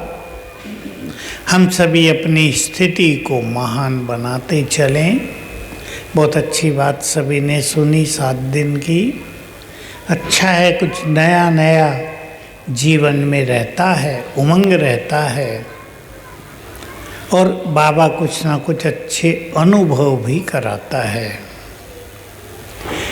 मैं कुछ धारणाएं आपके सामने रख दूं जिसका बहुत सुंदर अनुभव जीवन में रहेगा। एक सुंदर धारणा है हमारी समर्पण भाव। सभी समर्पण हैं या नहीं? बोलो। हाँ जी। नहीं तो लोग सोचते हैं बहनें ये भाई समर्पित हैं, पीयूष भाई समर्पित है, हम तो हैं नहीं। समर्पण भाव तो सबको ही रखना है। इससे बहुत फायदे होंगे, आनंद ही आनंद रहेगा। और उसकी पहली छोटी सी विधि अपनानी है, सब कुछ तेरा। सिंपल, लेकिन ये कहने की बात नहीं है। सब कुछ तेरा, तेरे द्वारा ही कार्य हो रहा है। इसमें ही करण करावनहार की बात भी बहुत अच्छी आ जाती है। जब हमें ये दो चीज़ें जीवन में धारण हो जाती हैं, समर्पित भाव और करण करावनहार बाबा, कहने के लिए नहीं, कह तो दुनिया भी रही है, ये अनुभूति हो जाए कि इस समय सब कुछ ऊपर से कंट्रोल्ड है, हम उसकी कठपुतलियां हैं, हमें वो चला रहा है, नचा रहा है, परंतु वो चलाएगा किसको, ये सोचने की गुह्य बात है। वो काम किसके द्वारा कराएगा, उनके द्वारा जिन्होंने अपने मैंपन को पहचान कर उसे समाप्त कर लिया। मैं नहीं। हमारी गीता बहन ने एक बहुत अच्छी कहानी सुनाई थी, आज भी सुनाई भाई साहब। हाँ, गीता बहन की कहानियाँ तो वेल नोन हैं, मैं भी सुना देता हूँ आपको। तो पार्वती ने जिद की महादेव से, सबको तो आपने महल बना कर दिए, हमें झोंपड़ी, हमें भी एक महल चाहिए। कब तक झोंपड़ी में रहेंगे, बार बार बनवानी पड़ती है, बरसात में खराब हो जाती है। महादेव जी ने बहुत समझाया, पार्वती हम तपस्वी हैं, तपस्वियों को झोपड़ी में ही रहना होता है। बहुत जिद कर दी, चलो बनवा देते हैं। बुलाया उसको, शिल्पीकार कौन है वो, विश्वकर्मा। उधर से कुबेर को बुला लिया, भाई इसको सोने का महल बनाना है, जो चाहिए सोना आदि इसको देना। महल बन के तैयार हो गया। रावण ही वास्तुशास्त्री था, पंडित था ना बहुत बड़ा।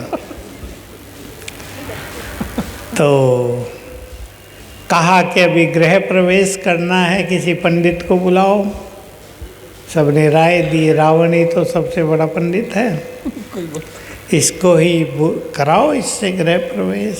रावण ने गृह प्रवेश कराया, पूजन कराया। महादेव जी ने कहा कि दक्षिणा मांग लो, क्या मांगनी है। अब रावण ने सोचा, इस महल में महादेव रहेंगे, मैं उनका भक्त हूँ, मैं भी इसी में रहूं तो दोनों का साथ हो जाएगा, इससे अच्छी दक्षिणा क्या होगी। कहा महादेव भगवान, ये महल ही मुझे दे दो, आप भी रहोगे और मैं भी रहूँगा। तथास्तु, दिया। महादेव ने उत्तर दिया, रावण, जहाँ मैं है वहाँ मैं नहीं हूँ। पार्वती को कहा, चलो पार्वती, अपना कैलाश पर्वती अच्छा है।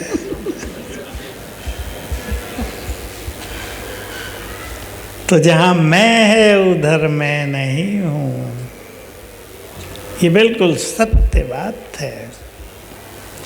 मैंपन का त्याग कराने बाबा को बड़ी मेहनत भी करनी पड़ रही है बच्चों से, क्योंकि सूक्ष्म बात है, मोटी नहीं है। फट से मैं आ जाता है, फट से हमें पता भी नहीं चलता। दरवाजे बड़े सूक्ष्म हैं इसके, लेकिन इसको वही पहचान सकते हैं जो स्वमानधारी हों, जिनको असली मैं का पता हो, मैं कौन, वो इसे पहचान लेते हैं और इससे मुक्त होने के लिए कर लेते हैं प्रयास। मैं आपको एक पर्सनल अनुभव सुना दूँ। प्राइवेट अनुभव है, पर्सनल से भी ज़्यादा ये अच्छा शब्द है। प्राइवेट बात सुनाई तो नहीं जाती पीयूष भाई जी भाई। पर मुझे लगा इनके काम की होगी, सुना देता हूँ।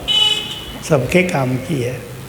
मैं किचन में था, ये बात बहुत पहली है, मैं तो 45 साल पहले की बात होगी या 50 साल हो गए होंगे। तो आपको पता किचन के लिए बाबा, ब्रह्मा बाबा क्या कहते थे वो तो पता ही है। थोड़ी सी अशांति रहती थी बाबा के समय किचन में। 2 जो बहनें थी अब तो नहीं रही, वो थोड़ी लड़ाई कर लेती थी, चोटी पकड़ लेती थी 1-2 की। तो वो कहानी सुना देता हूँ मैं आपको। दीदी मनमोहिनी मुझे सुनाया करती थी। वो चुपचाप दीदी दादी आती थी ना, किचन में आती थी तो चुपचाप कहा करती थी ये वही बाबा का बच्चा है। अब मैं सोचता था वही कौन? मैंने कहा भाई कल पहले वाला कहते होंगे, वो तो कॉमन बात है। दीदी ने मुझे कहानी सुनाई। दीदी मनमोहिनी ने मुझे समर्पित कराया था दिल्ली रजौरी से, और बड़ा प्यार था मेरे से। रोज़ किचन में तो आती थी 2 बार, कहानी सुनाई। बाबा झोंपड़ी में बैठे थे अपनी। लास्ट ईयर था बाबा का, 67 की बात है, फिर 68 की बात है। बाबा की तो गहन तपस्या चलती थी। झोंपड़ी ऐसी नहीं थी जैसी अब है, गहन सन्नाटा। उषा बहन ने देखी होगी, गहन सन्नाटा। संसार का सबसे बड़ा तपस्वी वहाँ तपस्या करता था। उसको ही शास्त्रों में आदि योगी कहा गया, महादेव को वही हैं। तो बाबा डीप साइलेंस में एकांत में बैठे थे। कहा माताओं ने झगड़ा कर दिया किचन में। मैं गई बाबा के पास, जाते ही हिचक तो होती थी। बाबा एकांत में रहते थे बहुत ज़बरदस्त, लेकिन जाना पड़ा। बाबा तभी शब्द वही बोले जाते थे, वो माइयाँ लड़ रही हैं आज फिर से, आप चलो किचन में। बाबा आधे मन से उठ कर गए। नहीं, इच्छा थोड़ा ही होती है। गहन अनुभूति, डीप साइलेंस, परमात्म मिलन में मग्न ब्रह्मा जी पहुँचे। दृष्टि दी, समझाया बच्चों लड़ो नहीं, ब्रह्मा भोजन बना रही हो, प्यार से बनाओ। घूम के आ गए। 5-7 दिन के बाद फिर वही केस हुआ। दीदी मनमोहिनी फिर गई बाबा के पास, बाबा वो फिर लड़ रही हैं, आप चलो ना। अब बाबा को नहीं, जैसे किसी को इरिटेशन सा होता है, रोज ही लड़ती हैं भाई।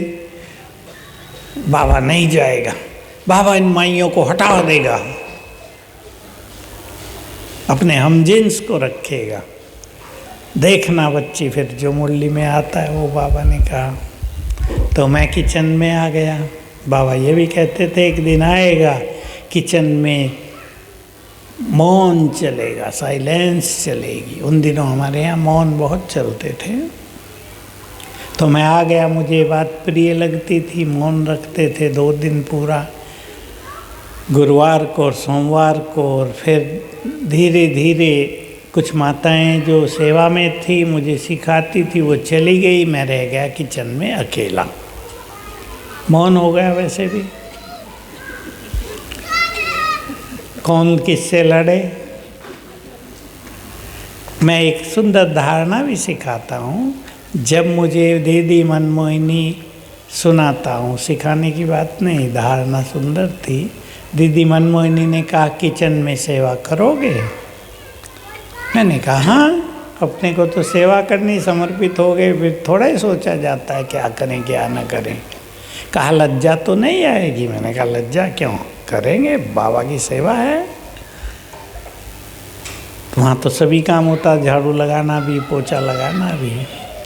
तो मधुबन के जो भाई थे मुझे डराने लगे, किचन में न जाना, बहुत झगड़ा होता है, माया है बहुत बड़ी, स्थिति बिगड़ जाएगी। लेकिन मुझे उनकी बातें अंदर नहीं गई। तो मैंने सोचा कि एक आत्मा वहाँ अभी भी ऐसी रह गई थी जिसको गुस्सा आता था, हाई बीपी था, काम करती थी वो भी। मैंने सोचा, एक संकल्प किया, मुझे अपने अनुसार किसी को नहीं चलाना है, इन सब के अनुसार चलूँगा। ये भी एक समर्पण भाव होता है। बड़ा मज़ा आ गया, शांति रही। जिसने जो कहा हाँ जी आगे बढ़ो। खाना पीना बनाना तो आता नहीं था, सीखते गए। 2 साल लगे सीखने में। सिंधी भोजन थोड़ा टेढ़ा बंका होता है, इधर का तो सीधा साधा है। तो दादी रोज आती थी, दादी प्रकाश मणि 5 बार सिखाती भी थी, क्या बना रहे, ऐसे ऐसे कर लो। तो किचन में शांति हो गई। तो मुझे संकल्प आया, वो प्राइवेट बात सुना रहा हूँ, कि मैं आया किचन में तो शांति हो गई। बहुत अच्छा, मेरे कारण शांति हो गई। हालांकि सुनने वालों को लगेगा अच्छी बात है भाई ये तो। बाबा 1-2 दिन के बाद, बाबा कभी कभी मुरली में कहते थे ना कि बाबा सभा में भी कभी कभी प्राइवेट बात कर लेता है, तो मेरे से प्राइवेट बात कर दी। मुरली कुछ और चल रही थी। कई बच्चे समझते हैं हमारे इस गुण के कारण ये अच्छा काम हो गया। नहीं बच्चे, ये सब बाबा की देन है।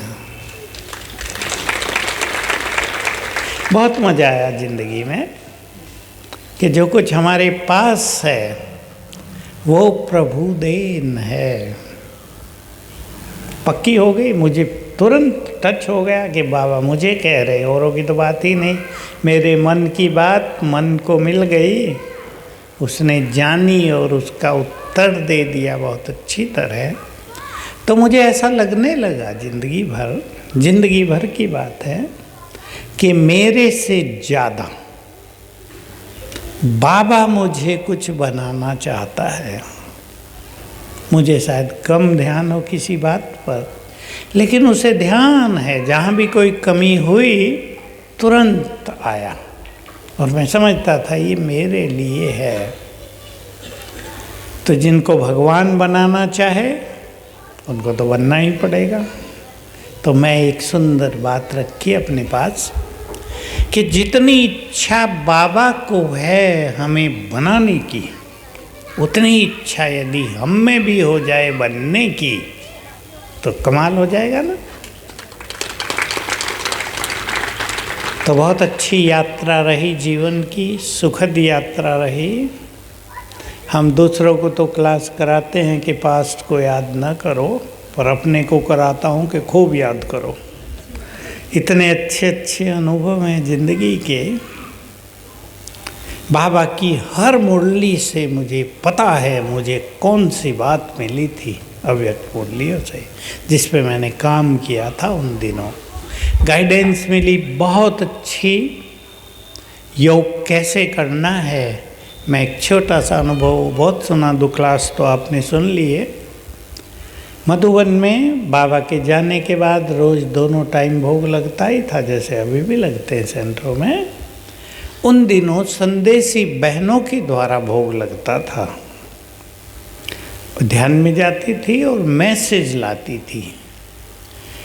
एक संदेशी थी रतन मोहिनी दादी की माँ, वो भी जाती थी लगाती थी। कभी और कोई बहनें आ जाती थी। यहाँ ये है ना कौन सा ध्यानी दादी जहाँ थी हरियाणा में, वो आती थी। उसका तो नाम ही ध्यानी था, बहुत पवित्र आत्मा। उसका नाम कभी बाबा ने अश्रत्नों में रखा था, संपूर्ण धारणा संपन्न। वो भोग लगाती थी। कैलाश बहन जो गांधीनगर में है इस समय, वो ज़्यादा रहती थी, वो किचन में ही थी। तो वो भोग लगाती थी। रोज़ सुंदर मैसेज आते थे 2-2 मिनट के। हम भी भोग में जाके बैठते थे, बहुत रस था बैठने का। तो वो जो मैसेज आते थे वो मेरे लिए योग की गाइडलाइन थी। ऐसे करो, ऐसे करो, ऐसे करना है, ऐसे करना है। बहुत फ़ायदे हुए। एक हंसी की बात और सुना दूँ जिससे मैंने जीवन भर के लिए बहुत कुछ सीख लिया था। शाम को 7:30 बजे तक 7:15 भोग लगता था। भोग लगा, उस दिन बॉम्बे में हमारा एक प्रोग्राम चला था, उसको सेमिनारी कहते थे, छोटे रूप में होता था। सब बड़े बड़े लोग गए हुए थे। प्रोग्राम समाप्त हुआ था, सब खुशियाँ मना रहे थे।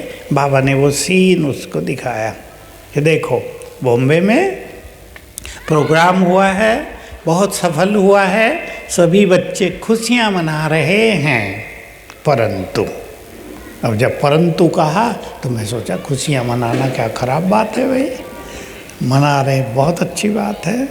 बाबा ने कहा परंतु ये भूल गए कि ये सफलता किसने दिलाई है।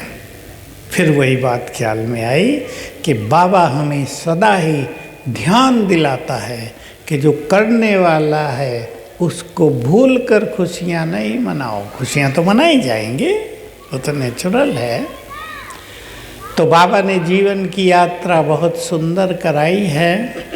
मैं बाबा को थैंक्स देता हूँ। आज मैं क्लास में सुना रहा था सवेरे कि बाबा से जुड़े रहो, बातें करते रहो। एक बात जो रह गई थी वो अब सुना देता हूँ। बाबा से जुड़े रहो, बातें करते रहो। बाबा ये काम करना है, आ जाओ। बाबा गाड़ी चलानी है, बैठो। बाबा मेरे साथ रहो, कभी बाबा को बुलाना। और इम्पोर्टेंट सुंदर बात थी कि बाबा को शुक्रिया करना बहुत। ये तुमने काम कराया, तुमने ऐसा जीवन दिया, इतना सुंदर ज्ञान दिया, लाइट आ गई जीवन में, जीवन जीने का तरीका बता दिया। जो काम करो शुक्रिया कर दो। लेकिन एक चौथी बात भी थी, समर्पण करो। ये कार्य किया, तुमको समर्पित, ये सफलता मिली, आपको अर्पित। तो सारा दिन बाबा से बहुत अच्छी तरह जुड़े रहेंगे, योग अच्छा हो जाएगा, बाबा से प्यार बढ़ेगा, हम उसके बहुत समीप पहुँचेंगे। तो बहुत अच्छा, बहनों को जगह मिली है, बधाई हो बहन जी, सुनीता एंड टीम। भगवान ने यज्ञ रचा, महान यज्ञ, उसकी ये सब शाखाएं खुल रही हैं। तन मन धन से आप सहयोग करते हैं, बहुत बड़ा पुण्य होता है। बाबा इसलिए ये कहते थे, जब हमारा ओम शांति भवन बन रहा तो दादी को धन के लिए लोगों को कहना पड़ता था। दादी कभी कहती नहीं थी, लेकिन बहुत खर्च था उसमें। तो गुजराती जो विदेश से आए थे उन्होंने कहा दादी आपको कहना पड़ता है, हम बनवा देते हैं। दादी ने कहा नहीं, दादी चाहती है कि इस ओम शांति भवन में, तब तो नाम नहीं था, इस बड़े भवन में सबका पैसा लगे, ताकि जब यहाँ लोग आएं वो ये कहें हमारा ओम शांति भवन। कितनी ऊंची दृष्टि थी दादी की। तो ये भी आप सबका दिव्य यज्ञ बन जाएगा। सहयोग देने वालों को बाबा की ओर से पहले से ही बधाई। और अब तो छोटी जगह मिल रही है, थोड़े दिन में सुनीता दीदी महल मिलेंगे। आप कहेंगे हम क्या संभालेंगे, अपना खुद रखो, हम क्लास करा जाएंगे, संभालो तुम। धन भी इतना आएगा, मैं कह रहा था आज पीयूष भाई को, इतना धन आएगा जैसे सतयुग में धन की वैल्यू नहीं होती, यहाँ भी धन की वैल्यू नहीं रहेगी। लेकिन उस समय से पहले जो सफल करेंगे उनका महत्व होगा। तो समय हो गया है। थैंक यू वेरी मच, बधाई हो सबको, और खूब सेवा करो। ये स्थान लाइट हाउस बने, सबको यहाँ से शांति मिले, बाबा का नाम रोशन हो, अनेक आत्माएं भगवान से मिलन करें, यही सबको संकल्प रखना है। यहाँ अनेक आत्माओं का भगवान से मिलन हो, उनके जीवन में सत्य ज्ञान का प्रकाश हो। Thank you. बहुत बहुत धन्यवाद आदरणीय भाई जी का। सभी एक हाथ की ताली से भाई साहब का धन्यवाद करेंगे। इतना सुंदर मार्गदर्शन भाई साहब ने दिया, अपने जीवन के पुरुषार्थ के कितने गुण रहस्य हम सबके बीच रखे। बाबा की, दादी की, दीदी की पालना के अनमोल क्षण हमारे साथ भाई साहब ने शेयर किए, उसके लिए भाई साहब का बहुत बहुत तहे दिल से शुक्रिया। भाई साहब के शुक्रिया में 2 लाइन कहूँगी। भाग्यशाली है वो जिनका हुआ मिलन आपसे। आप सब कितने भाग्यशाली हैं जो भाई साहब से आज मिलन हो रहा है। कुछ लोग पहली बार मिल रहे होंगे, कुछ लोग बार बार मिलते हैं। ऐसी आत्माएं, दिव्य आत्माएं जिनका जितना सानिध्य मिले उतना ही कम है। भाग्यशाली है वो जिनका हुआ मिलन आपसे। निश्चित बनेंगे देव जिनको मिला है साथ आपका, जिनको मिला है साथ आपका, निश्चित बनेंगे देव। ये जरूर दिल हम सब ब्राह्मणों का कहता है। भाई साहब के सानिध्य में आने से, संग में आने से उनकी बुरी वृत्तियाँ, उनकी जो कमी कमजोरियाँ हैं वो सहज ही मिटाने में उनको मदद मिलती हैं। ऐसा अनुभव हम सब ब्राह्मण परिवार वाले करते हैं। फिर से भाई साहब का बहुत बहुत धन्यवाद, अनमोल अनुभव हम सबके बीच रखने के लिए। अच्छा, एक बच्ची का नृत्य जो स्वागत नृत्य के लिए आई थी, कुमारी यशी, स्वागत नृत्य हम सबके बीच रखेंगी। कुमारी यशी।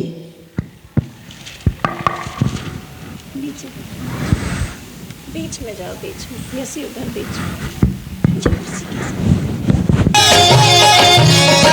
ये आंगन ये द्वारे, सूरज सितारे, कहता सार है परम पिता के प्रिय जनों का स्वागत बारंबार है। ओ परम पिता के प्रिय जनों का स्वागत बारंबार है। ये आंगन ये द्वारे, सूरज सितारे, कहता ये संसार है। ओ परम पिता के प्रिय जनों का स्वागत बारंबार है।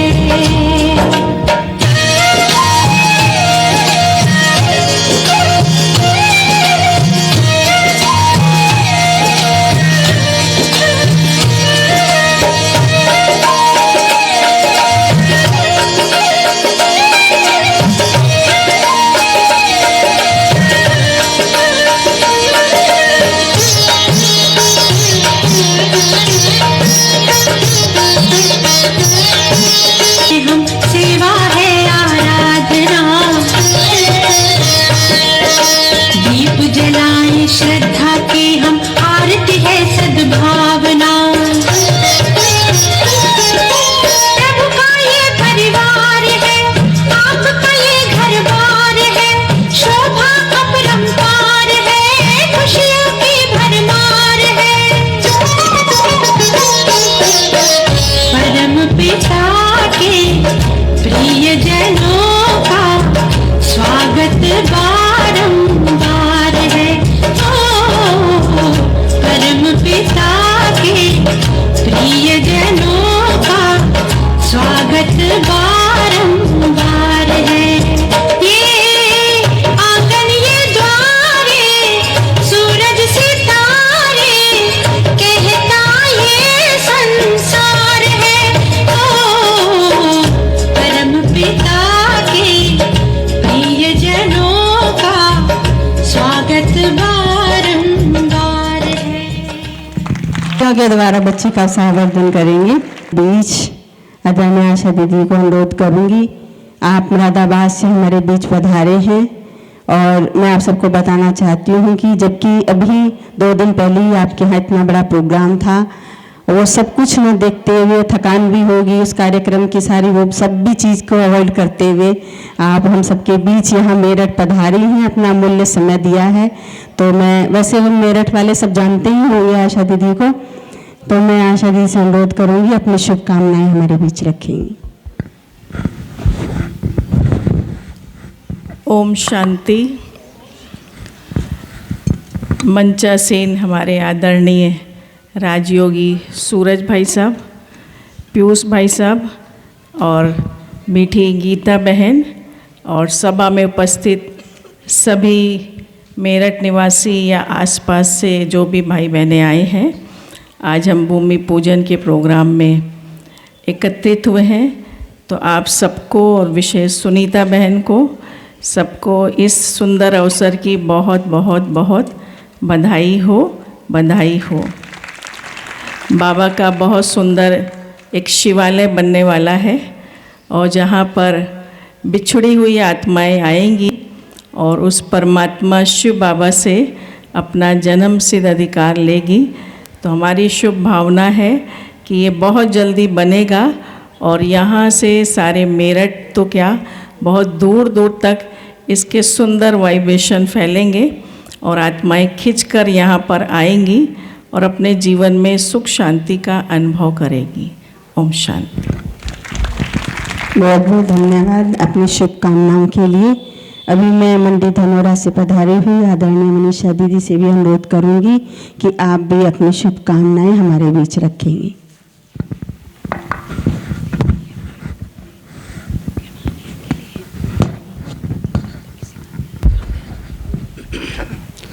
ओम शांति। आज का मंच बहुत अनन्य रतन जो शिव बाबा स्वरूप सूरज भाई जी और एक एक रतन की हम सब ने महिमा सुनी, जो हम सबके सामने हमको लाभ लेने के लिए उपस्थित हैं आप सबके सामने। तो आज का शुभ दिन, जिस भूमि पर हम बैठे हैं मेरठ में, हमने बचपन में बहुत नेगेटिव सुना हुआ था। नेगेटिव मतलब दुनिया वालों की तरफ से कि ये मेरठ की भूमि क्या कहें, आप सबको पता होगा क्योंकि, लेकिन नेगेटिव नहीं बोलना है। तो आज पीयूष भाई जी सुना रहे थे कि एक क्रांतिकारी भूमि है जहाँ से ही सब शुरू हुआ। तो वास्तव में ये आध्यात्मिक क्रांतिकारी भूमि है जहाँ पर हमारी देवता दादी जी कितने वर्ष उन्होंने तपस्या की और बाबा ने जिनको देवता नाम दिया था वो प्रैक्टिकल साकार में देवता दादी जी ने ऐसी तपस्या भूमि इस मेरठ की भूमि पर की, जो आज हम सब उसका प्रैक्टिकल स्वरूप देख रहे हैं कि जहाँ पर मेरे विचार से तो 1 साल के अंदर नींव रखी ही जाती है। और बहुत अच्छी बात है, हमारी शुभ भावना है कि दिनों दिन और रात चौगुना ये बढ़ता ही जाए। बाबा का वट वृक्ष की तरह बाबा की सेवाएं, जो बाबा कहते हैं कि गली गली में घर घर में सेवा केंद्र हों, ऐसा आप सबके सहयोग से, आप सबके संकल्पों के सहयोग से, धन के सहयोग से, विचारों के सहयोग से ये सब उन्नति को पाता रहेगा। कीमत मकान की नहीं होती है, मकान भले छोटा सा है बाबा का घर, क्योंकि बिल्डिंगें तो हम सामने भी देख रहे हैं और पूरे मेरठ के अंदर एक से एक बिल्डिंगें हैं, लेकिन महत्व होता है उसके वाइब्रेशन का, उसके अंदर कौन रहने वाले हैं। जैसे भाई साहब सुना रहे थे कि जहाँ मैं है वहाँ मैं नहीं हूँ। बाबा का घर, हर आत्मा को क्या महसूस होता है, बाबा का घर है, मेरा घर है। और बहनें भी रहती हैं तो वो भी कभी ये मुंह से नहीं निकलता कि मेरा सेंटर है, बाबा का घर है। तो जहाँ बाबा की बेहद की भावना आ जाती है, भले वो स्थान छोटा है, सिंपल है, कैसा भी है, लेकिन वो वाइब्रेशन जैसे मंदिर के होते हैं बेहद के, जहाँ कोई भी छोटे से मंदिर में भी जाता है तो उसकी वो भावना वही बैठ जाती है कि हम भगवान के या देवी के मंदिर में आए हैं। तो बेहद की भावना जाग जाती है। एक घर होता है वही ईंट चूना पत्थर का होता है, लेकिन वहाँ क्या होता है कि मेरा घर है, तो वो भी हद में आ जाता है। लेकिन ये बाबा का बेहद का घर, विशाल घर, जो छोटा सा देखने में लेकिन बहुत बड़ा बनने वाला है, जहाँ पर अनेक मेरठ के आसपास की आत्माएं, इस क्षेत्र के आसपास की आत्माएं बाबा का संदेश लेंगी, और जहाँ इतने सब ब्राह्मणों के कदम पड़ेंगे, और जहाँ विशेष महान तपस्वी आत्माएं जो मंच पर हम सबके सामने उपस्थित हैं, जहाँ ब्राह्मणों के चरण पड़ते हैं, वह सफलता 1000 कदम तो क्या, उससे भी बढ़कर जो शब्द नहीं है वो निश्चित ही होती है। तो ऐसे शुभ दिन की आप सब गंगा नगर निवासियों को, जो भी जहाँ से आए हैं मेरठ के अंदर, उन सबको बहुत बहुत बधाई हो। सुनीता बहन को हो, बाबा उन्हें हिम्मत देता रहे और वो आगे बढ़ती रहें, और हम सब सहयोग उनको संकल्पों का, बाबा की दुआएं प्राप्त होती रहें। ओम शांति। बहुत बहुत धन्यवाद मनीषा दीदी का इतनी शुभकामनाएं देने के लिए। तो जो पूरे विश्व का घर है, ये मकान 4 दीवार नहीं, लेकिन ये परमात्मा का घर, तो पूरे विश्व की आत्मा को होगा। पूरे विश्व के किसी भी कोने में से बाबा का बच्चा आएगा कि हमारा घर है।